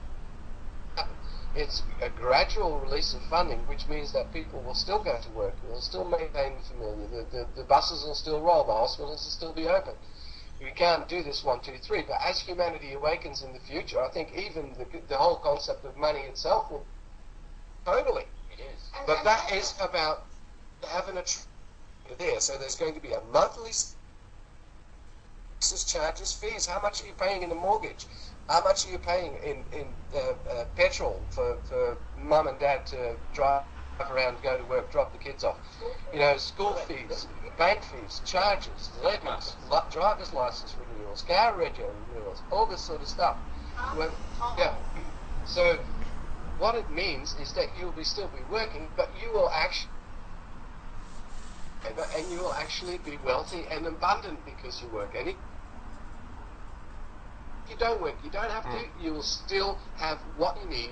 You will still be quite abundant. And there's also an education process that goes along with that. It's not like, you know, they just get given all this money or just, you know, automatically, you know, get given the trust. There's also an education process that has to be in place in terms of people knowing that this is not free money. This is not a free handout, in the sense that you have to be accountable, responsible, and transparent.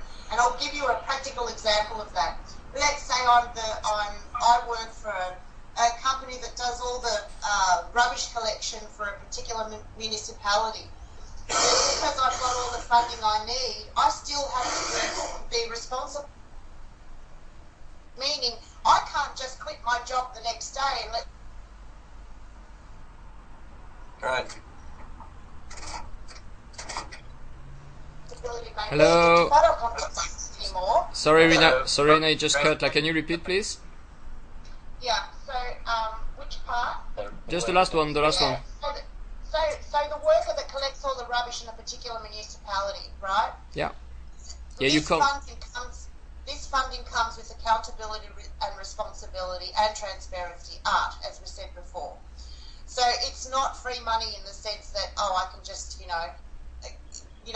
get the funding, use the trust and not go to my job anymore and allow the streets in my community to fill with rubbish.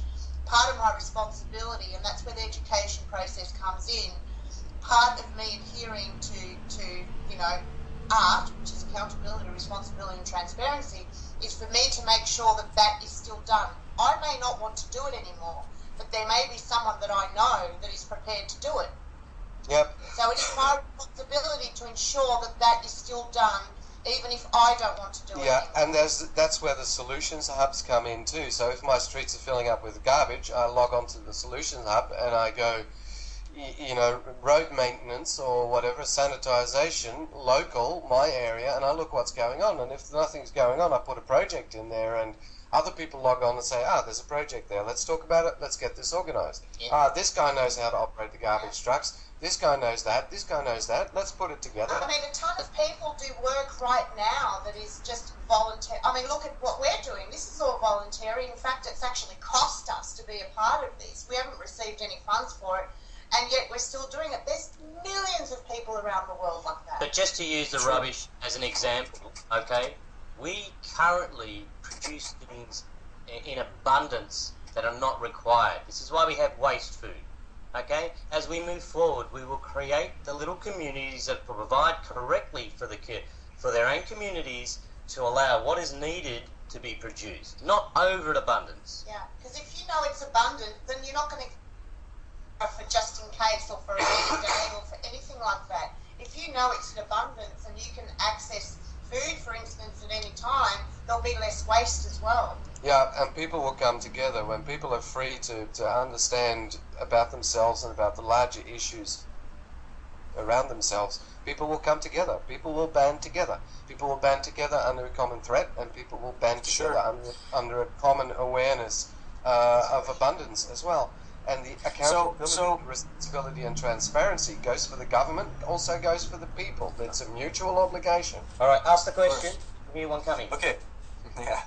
All right. So, one of the questions I've been hearing since I've been hearing about RVs and the SWISSINDO is associated with wiping out debt completely, and then somebody who's living in a beautiful big $1 million home, and the other person who's living in a shabby apartment with cockroaches, their debt is wiped out, and the person in the apartment saying, well, I want one of those homes, how's that going to work? Okay, so we're not about ripping the fruits of people's labour at this point in time. We understand that people have worked hard for what they are. But the person with the cockroach apartment, okay, will have the opportunity to move somewhere that is cleaner, that is more of more space for them. The three kids and two husband and wife who are shoved into an apartment at the moment will have the opportunity to move into a proper house and maintain it and be responsible. If there is a mess that is created for it, they are the ones that are responsible. So the money the money from their trust will be released to them so they can get themselves into a better situation. Yes, they will walk up, they will look at it. So a practical example. Okay, they're in an apartment at the moment and they think, okay, this moving forward, I've got the opportunity to actually go and find a house, a plot of land, like the miners used to do, survey, do what they need to do, get the house built, brilliant. They put that request in through the Solutions Hub or through the trust. Okay, and that trust will ensure that is funded correctly. Yeah, Not the people who have cash to hand over. I like that. We won't see any waste. We won't see any chaos. We won't see any turmoil with, oh my gosh, I've got $6 million, and 2 weeks later, oh my gosh, I'm broke. You've got situations in Australia, which is a lot better off than some other. Sorry, can you ask that again? Interest in usury, is this going to be eliminated?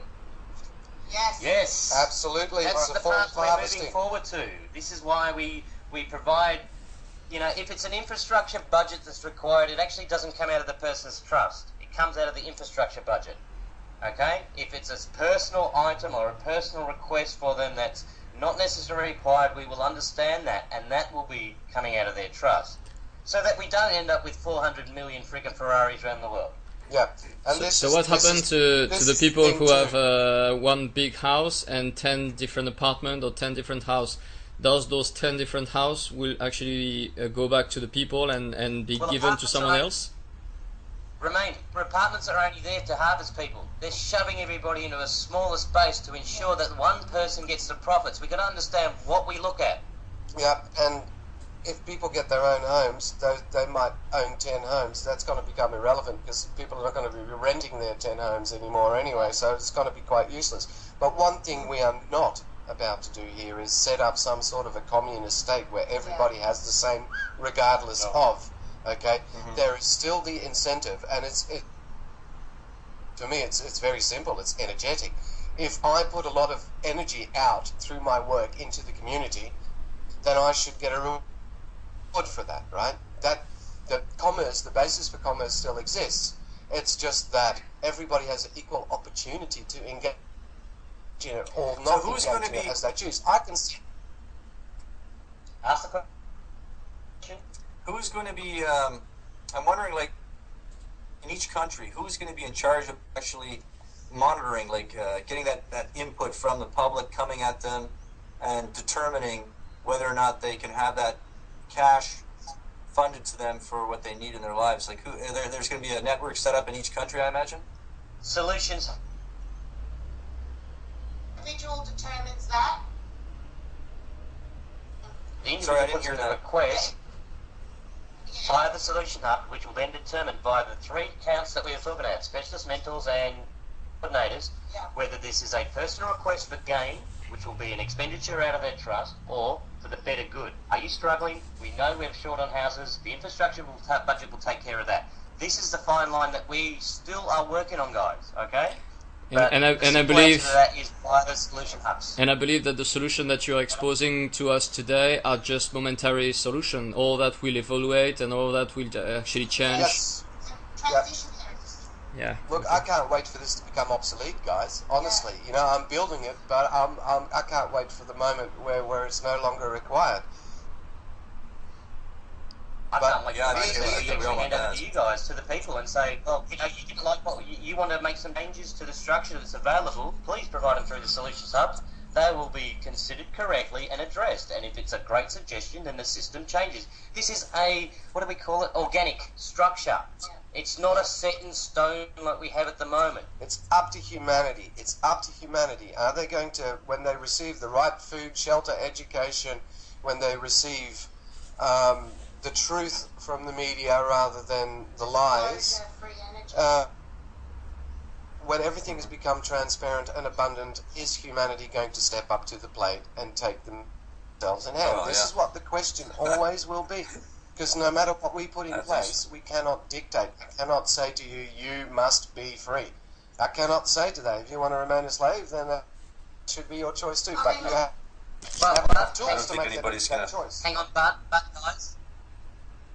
but guys, I will say this in a but. Somebody has to make the first step. Yep. And that's what we're about. Sure. Making that first step on this journey to allow people to see the path that what we're creating. I'm going to hand over to Rena because she was trying to say something. Yeah, I mean, look at the situation where, you know, the slaves were freed. You know, years later, there were still people who were still slaves, who still had a master, even though they were free. Yeah, that's right. It's what they were used to. That was what they're accustomed. But now he was going to break their dream and lose their ideal of what they were understanding of to provide them a better life. Not for money. They never done this stuff for money. They just wanted to provide a better life for their family or even themselves. Some way that they could get some food. Master gave me food. I do the work. Master gives me food. They couldn't break out of that. But it's not to say that they were bad for it either. That was just what we're accustomed to. And if we shatter that dream for them, they would stand around and say, "Well, what do I do?" Yeah. Well, let me tell you the story of old Tom and young Tom. Yes. You know, the two slaves who were working on the field during the American Revolution. And, you know, the guys in the blue coats came down and said, we've beaten the guys in the white coats, and guess what, guys? You are free. And young Tom grabs his shovel and he starts walking away. And he looks back and there's old Tom. He's still standing there. He's still digging the ground. And young Tom goes to old Tom and says, "Oh, Tom, what you doing? Yeah, we free now. We gonna go now, you know." And old Tom said, "Nah, I'm staying. I'm still digging. I'm waiting for Massa to come bring me supper, you know." And old Tom is gonna grab, young Tom is gonna grab old Tom and say, "It's all right, old Tom. You come with me. You know, you come with me, and we'll get together with other people, and we'll start a community, and you will understand." You know, it's up to humanity to free itself from its own slavery mentality because we've allowed ourselves to be put into this position. Let me make that abundantly clear, that the slavery system that occurred because we allowed it to occur. We have to take ownership as a human race of our own enslavement. We allowed it to occur, and once it occurred, we allowed the wool to be pulled over our eyes, and that left us helpless. Because we believed we were helpless, and we're not. And this is what's got to occur. Humanity's got to free itself. End of story. Just to lift the restriction. Yeah. One thing I do to say to everybody that's on this call, okay, and not just the two others that I have here in my room at the moment, but one thing I want to say is I want to thank you guys for giving us the opportunity to even speak to you about this. Absolutely. Okay, I really do. You've got no idea. Okay,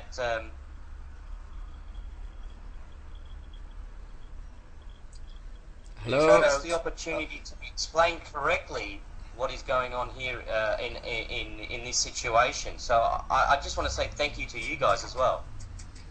No worries. It's not that much compared to what you are doing since all this time. So thank you. Unless this becomes a wider dialogue, how will people keep us accountable? Will people keep us honest? We need you. That's how it works, you know. Actually, that was maybe my last question, which is, what do you expect from us? Like, what could we do? What do we have to do? What do you suggest we should do? Spread the word, broaden the dialogue, enter into dialogue, spread the word, start telling the facts, start telling the people who are fear-mongering out there what is actually going on. We would like you to provide that information to the people that you... Yeah, my biggest concern is... ...people that you talk to, and provide it from the bottom up. Empower them, please. Yeah, I already tried to do that. I already start to talk to lots of friends, but a lot of them are very, very skeptical, and we need to have a proper training. We need to have the proper information if we don't want to misunderstand. Because initially I thought he was a king, then suddenly it's not a king, and I thought the money come from Laos, and finally it's not coming from Laos. It's very confusing, and it's very, very technical. So we need to be really precise if we don't want to sound ridiculous, or if we don't want to sound stupid. We'll be working on some education tools similar to that video that was put out, except there's some errors in it. We're working on a YouTube channel. We'll also be working on explaining what CVACs are, what the template for the constitutions are for each country. We're working for that. There's a lot of work to be done when we return to Australia, and when I think one of the best thing we should do as quick as possible is to definitely be in touch with Dave in India and organize a big radio talk where we can actually share this information, because what you just said today was just between 2 and 5 people. We need actually to share this knowledge with 500,000, so then the 500,000 can actually share that as quick as possible. There's 2 things that you guys can help us with, if you so choose. 1, the event on March 11. Promote it. Get people to understand what's happening. Very important. That's the very first one. Secondly, direct people to the godskyEarth.org page, where a lot of the CVAC information is going to be, and there's some information there now, and I know, Romain, you've seen this, but for the others I'm talking, have a look at that. Okay, we will be adding to that. From there, we'll be adding, as Rena said, a few other things, and also a YouTube channel, so we can provide direct information out through that channel. Now, whoever hooks up to it has the opportunity to understand. But I also want to say a 4th thing. This little group here is happy to talk to people who want to explain to others exactly what's going on in the proper, positive manner, rather than the fear-mongering that's currently being spread. Yeah, and you got to think to look at our perspective. 10 months ago, we became involved in something that we just basically resonated with, but without knowing any details, you know. And it's always been the way that you know, everybody's saying, well, how is it going to be? And it was all, well, you figure it out, you know. And it's been a real journey to get to this point of where it's starting to become clear how it can work. And that's basically because nobody told us how it was going to be. They just gave us whatever tiny little bits and pieces of information that we needed to actually start working and think for ourselves. And so we have spent a 10-month journey trying to unravel all this. How is this going to work? Well, how do the accounts work? It wasn't spelled out for us. It was very much the opposite. We had to come through that wall by ourselves. We had to get the hammer and chisel out and chisel through this wall and actually start to see the daylight and start to see how things move forward, how things actually worked. And it's getting now to a point where we're achieving clarity on that, because obviously it's going to have to start rolling practically very, very soon.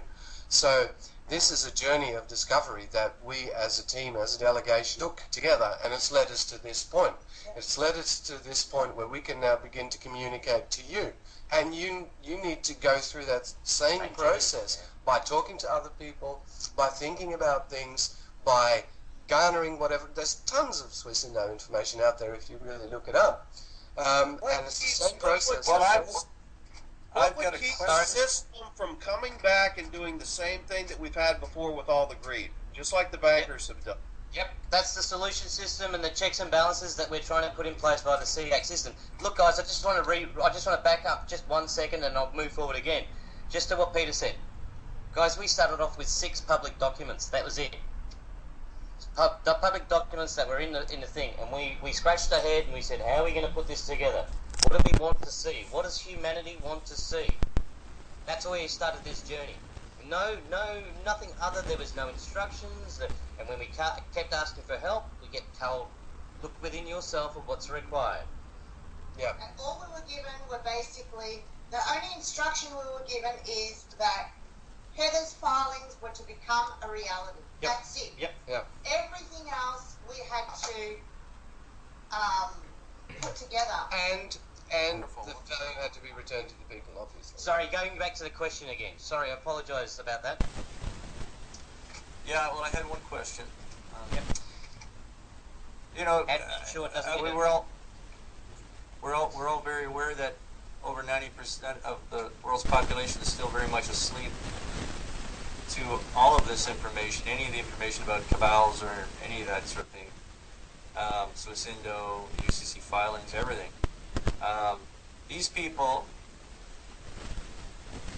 as well as some people that are awake, and they're going to remain skeptical until they actually see something happen, right? Yep, exactly right. And you know, when they see something happen in Laos, they'll start paying attention. When they see free energy actually in their communities, or you know, something in you know that they can actually see and know it's real, that's going to snowball everything. But to that point, I mean, I don't. People are going to remain skeptical until they actually see it happen. Yes, again, I agree. And so are we. The first part was the event. That's happened. That's the first part. That's what we should be promoting. The second part is Laos. Yep. As soon as we get that information that they've hooked up and they're ready to go, we'll provide you information and understanding as well. Yep. From our understanding, the Laos government will be making a public announcement. Yes, they will be. They will be announcing flight. Absolutely. That's their time to go and put together. And so people will see what's happening in Laos. They'll see that it's actually and as for your previous question of how do we stop the old system from coming back, because we've eliminated all middlemen, we've eliminated all harvesting energy, and we've put them into transparency. Nothing can happen behind closed doors anymore. There are no closed doors. The doors are open. The camera and the microphone is in the Prime Minister's office, and it is on the fucking internet for any and all across the world to see, you know, so to speak. So the other thing that excludes that is the eliminating of all the harvesting. There can be no harvesting, therefore there can be no key people in individual places that end up being the end point of that harvesting, which is how the power structure has come about now. You got the 13 families or whatever it is accumulating wealth. Well, all these harvesting systems will be eliminated because we are dealing directly with each other. We're dealing directly with each other through our banking repository trust. We'll be dealing directly with our government through our solutions hubs. So everything is out in the open in transparency, and all the harvesting of energy, there is only exchange of energy, not harvesting of energy. That is what the slavery system was built up on the harvesting of our energy. The money is a representation of the energy that you and I put out into this world by what we imagine, be, and do. Okay, and that harvesting stops, then that centralized control stops, and that can't come back. Yep. It can't come I back. hear the anxiousness in your questions, guys. But we would love to snap our fingers and have it happen tomorrow as well. It's taken us, this journey so far has taken us almost a year just to do this. Yeah, and it's taken SWISSINDO 60 years. Yes. And can I just add to that in terms of, Peter had just mentioned that, there will be a microphone and a camera in the President's office, and, you might be thinking, well, what's the practical application of that? Let's go back to what we were talking about before, that it's a bottom-up system of government. So it's not a top-down system of government. So I'll give you a practical example, specifically in the area that I know quite a bit about and that I've done quite a bit of research about, which is local government. So local government if you're talking about repurposing that, all those people, those councillors that are elected, they become public servants. They become servants to the public. There's no more of this, doing deals with developers, property developers, and their closed meetings, and no one, and they say that it has to be a closed meeting because what's the term that they use? That it's commercial in confidence, right? There's none of this rubbish. Yeah. All the information, everything, who's involved, what are they doing, how are they doing it, etc., etc., etc. And not only that, not only will all that information be available to that local community, to that particular district, but the people will be involved, and all their projects and everything that they do through that local community has to be in compliance with the CVAC. And not only that district, eventually everybody in the world will be able to log on and see what's happening anywhere. Anywhere in the world, Yeah, total transparency. So, yes, so from a practical perspective and from a practical sense, that's how it will work in terms of having a camera and a microphone in every single public office. Yeah, that's and just a each metaphor. individual will be held accountable. Again, we go back to the R. Accountability, responsibility, and transparency. Now, this is global, guys. This solution system is not specially that the Australians deal with the Australian government or the Americans deal with the American government. You can, if you're interested in this this governance structure that they put in, and you're in America and you see that the restrictions, there's a restrictive system that's being implemented or a project that started in, say, Africa or India, you've got every right to step up. Put in your question.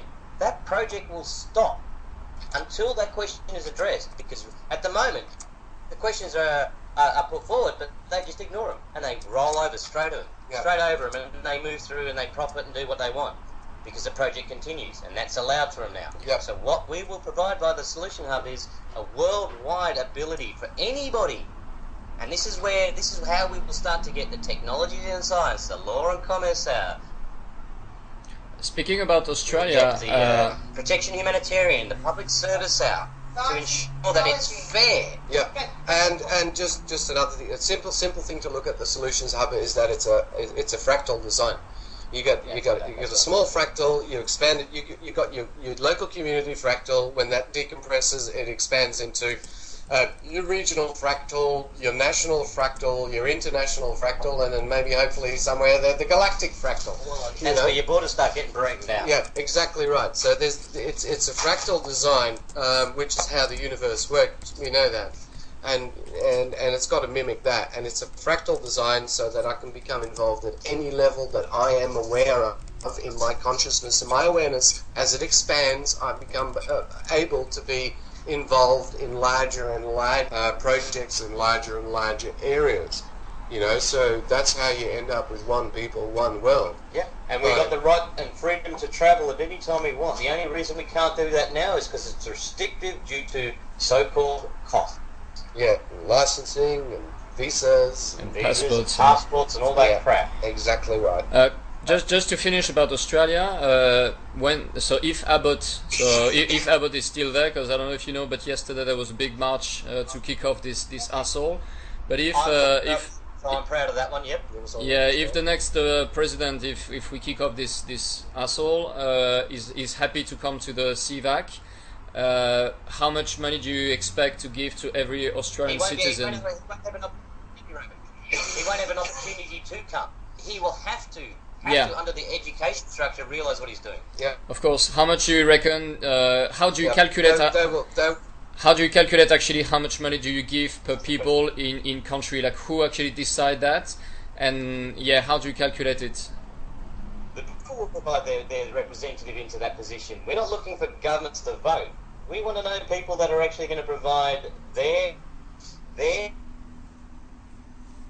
people. As many were saying earlier, you said it beautifully before, about them having to be responsible to the people first to provide what they want, not in a dictatorial manner, but in a certain position. Now, that, in a Western world, is a hard thing for people to get their minds across. Yeah. In the Eastern world, it would be a lot easier. In the Western world, we call it a steward. Okay, so let's say that we get a bunch of people together, and we're in the workshop. We say, well, we want to go over there. We're going to build a. Okay, so we all, I'm a welder. You're a mechanic. Works on the engine. The other guy, the glazier, puts the windows in. So we've all built a bus together. Fantastic. We're going to go some. Now, are we all going to have to hop behind the wheel at the same time, or are we going to designate a driver? Going to say, well, he's drug-free, he's straight, he knows how to drive these things. Before you drive, mate, we'll all sit in the back, we'll enjoy the ride. We've built this thing together. We can't all hop into the driver's seat all together. At this particular point in time, from the starting point, to deal with what is the most important thing, not what should be or what could be, shoulda, woulda, coulda, will be, might be, hopefully are. No, we deal with what is. And what is at the moment is that you have a bus that everybody sits on and somebody's got to drive it. And we've just got to make sure that we get the right guy in to drive it, that drives it in a responsible manner, and that's what it's all about to begin with. Going forward, guys, there's no reason that you guys will not be ended up driving that bus. Yeah, of course. I would say one of the priority. That's what you'll have the opportunity to do. You've got to think too that all political parties are corporations, and that those corporations will be defunct. So if elected by the people, they have to be individuals. Yeah, of course. One of the priority I believe that we should really work on. Hello? Yeah, well, one of the priority we certainly. I just want to say thank you very much for your time as well, and we appreciate it as much as you appreciate us. Yeah.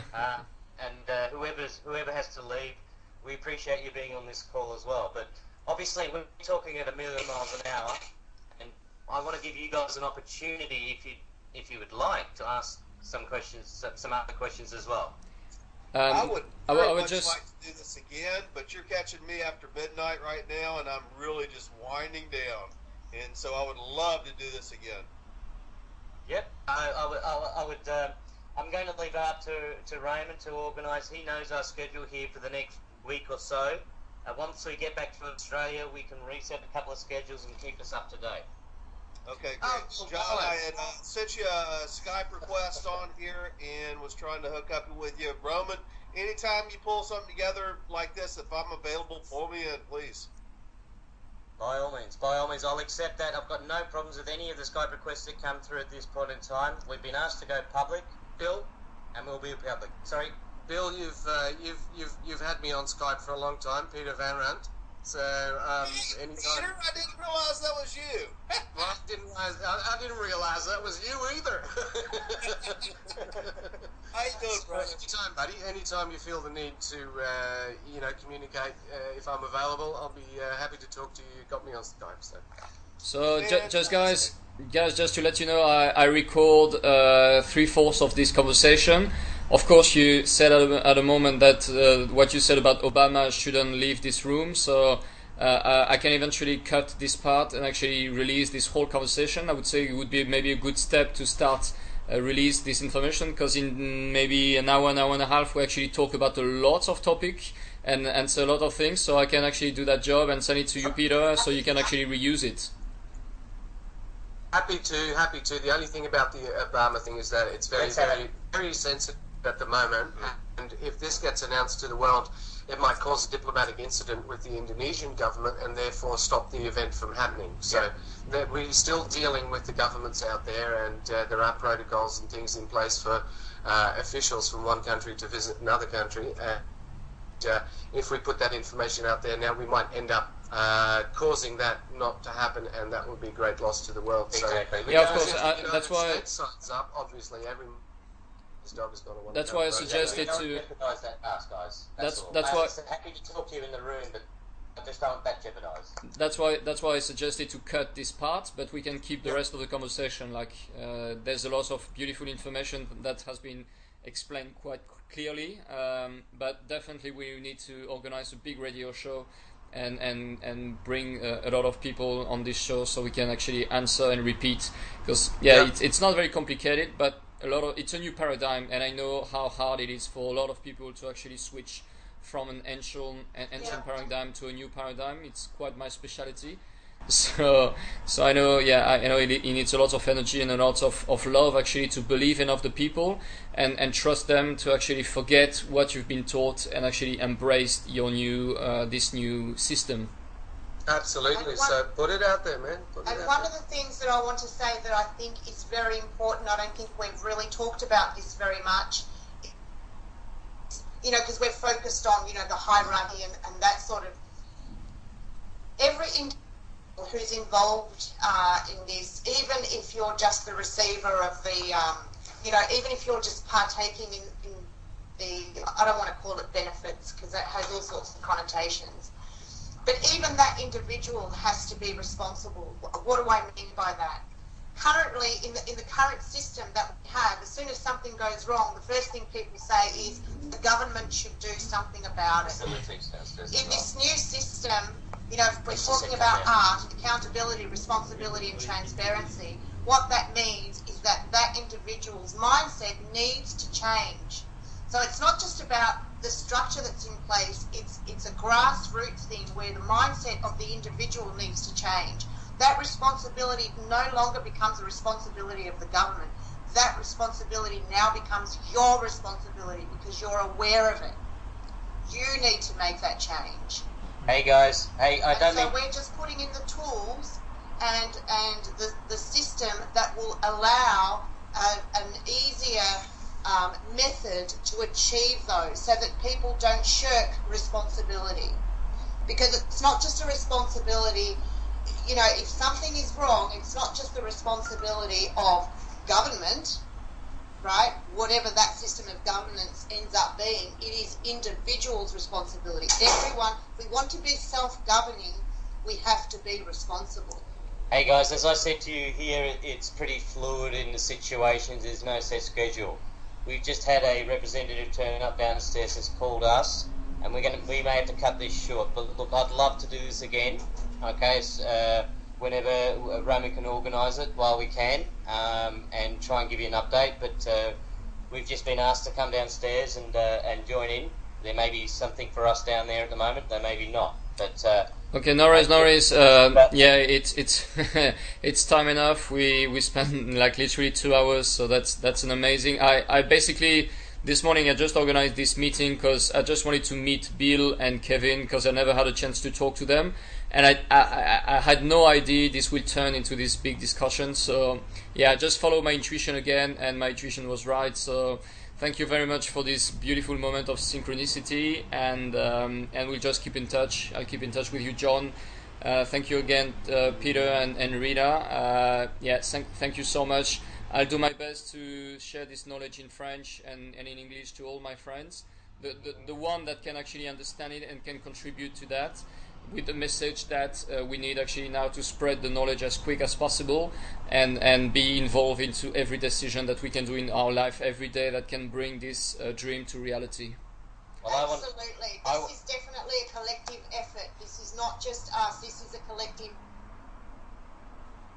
Nothing will happen without that collective effort. all right, I want to say thank you also to everybody that's on this call.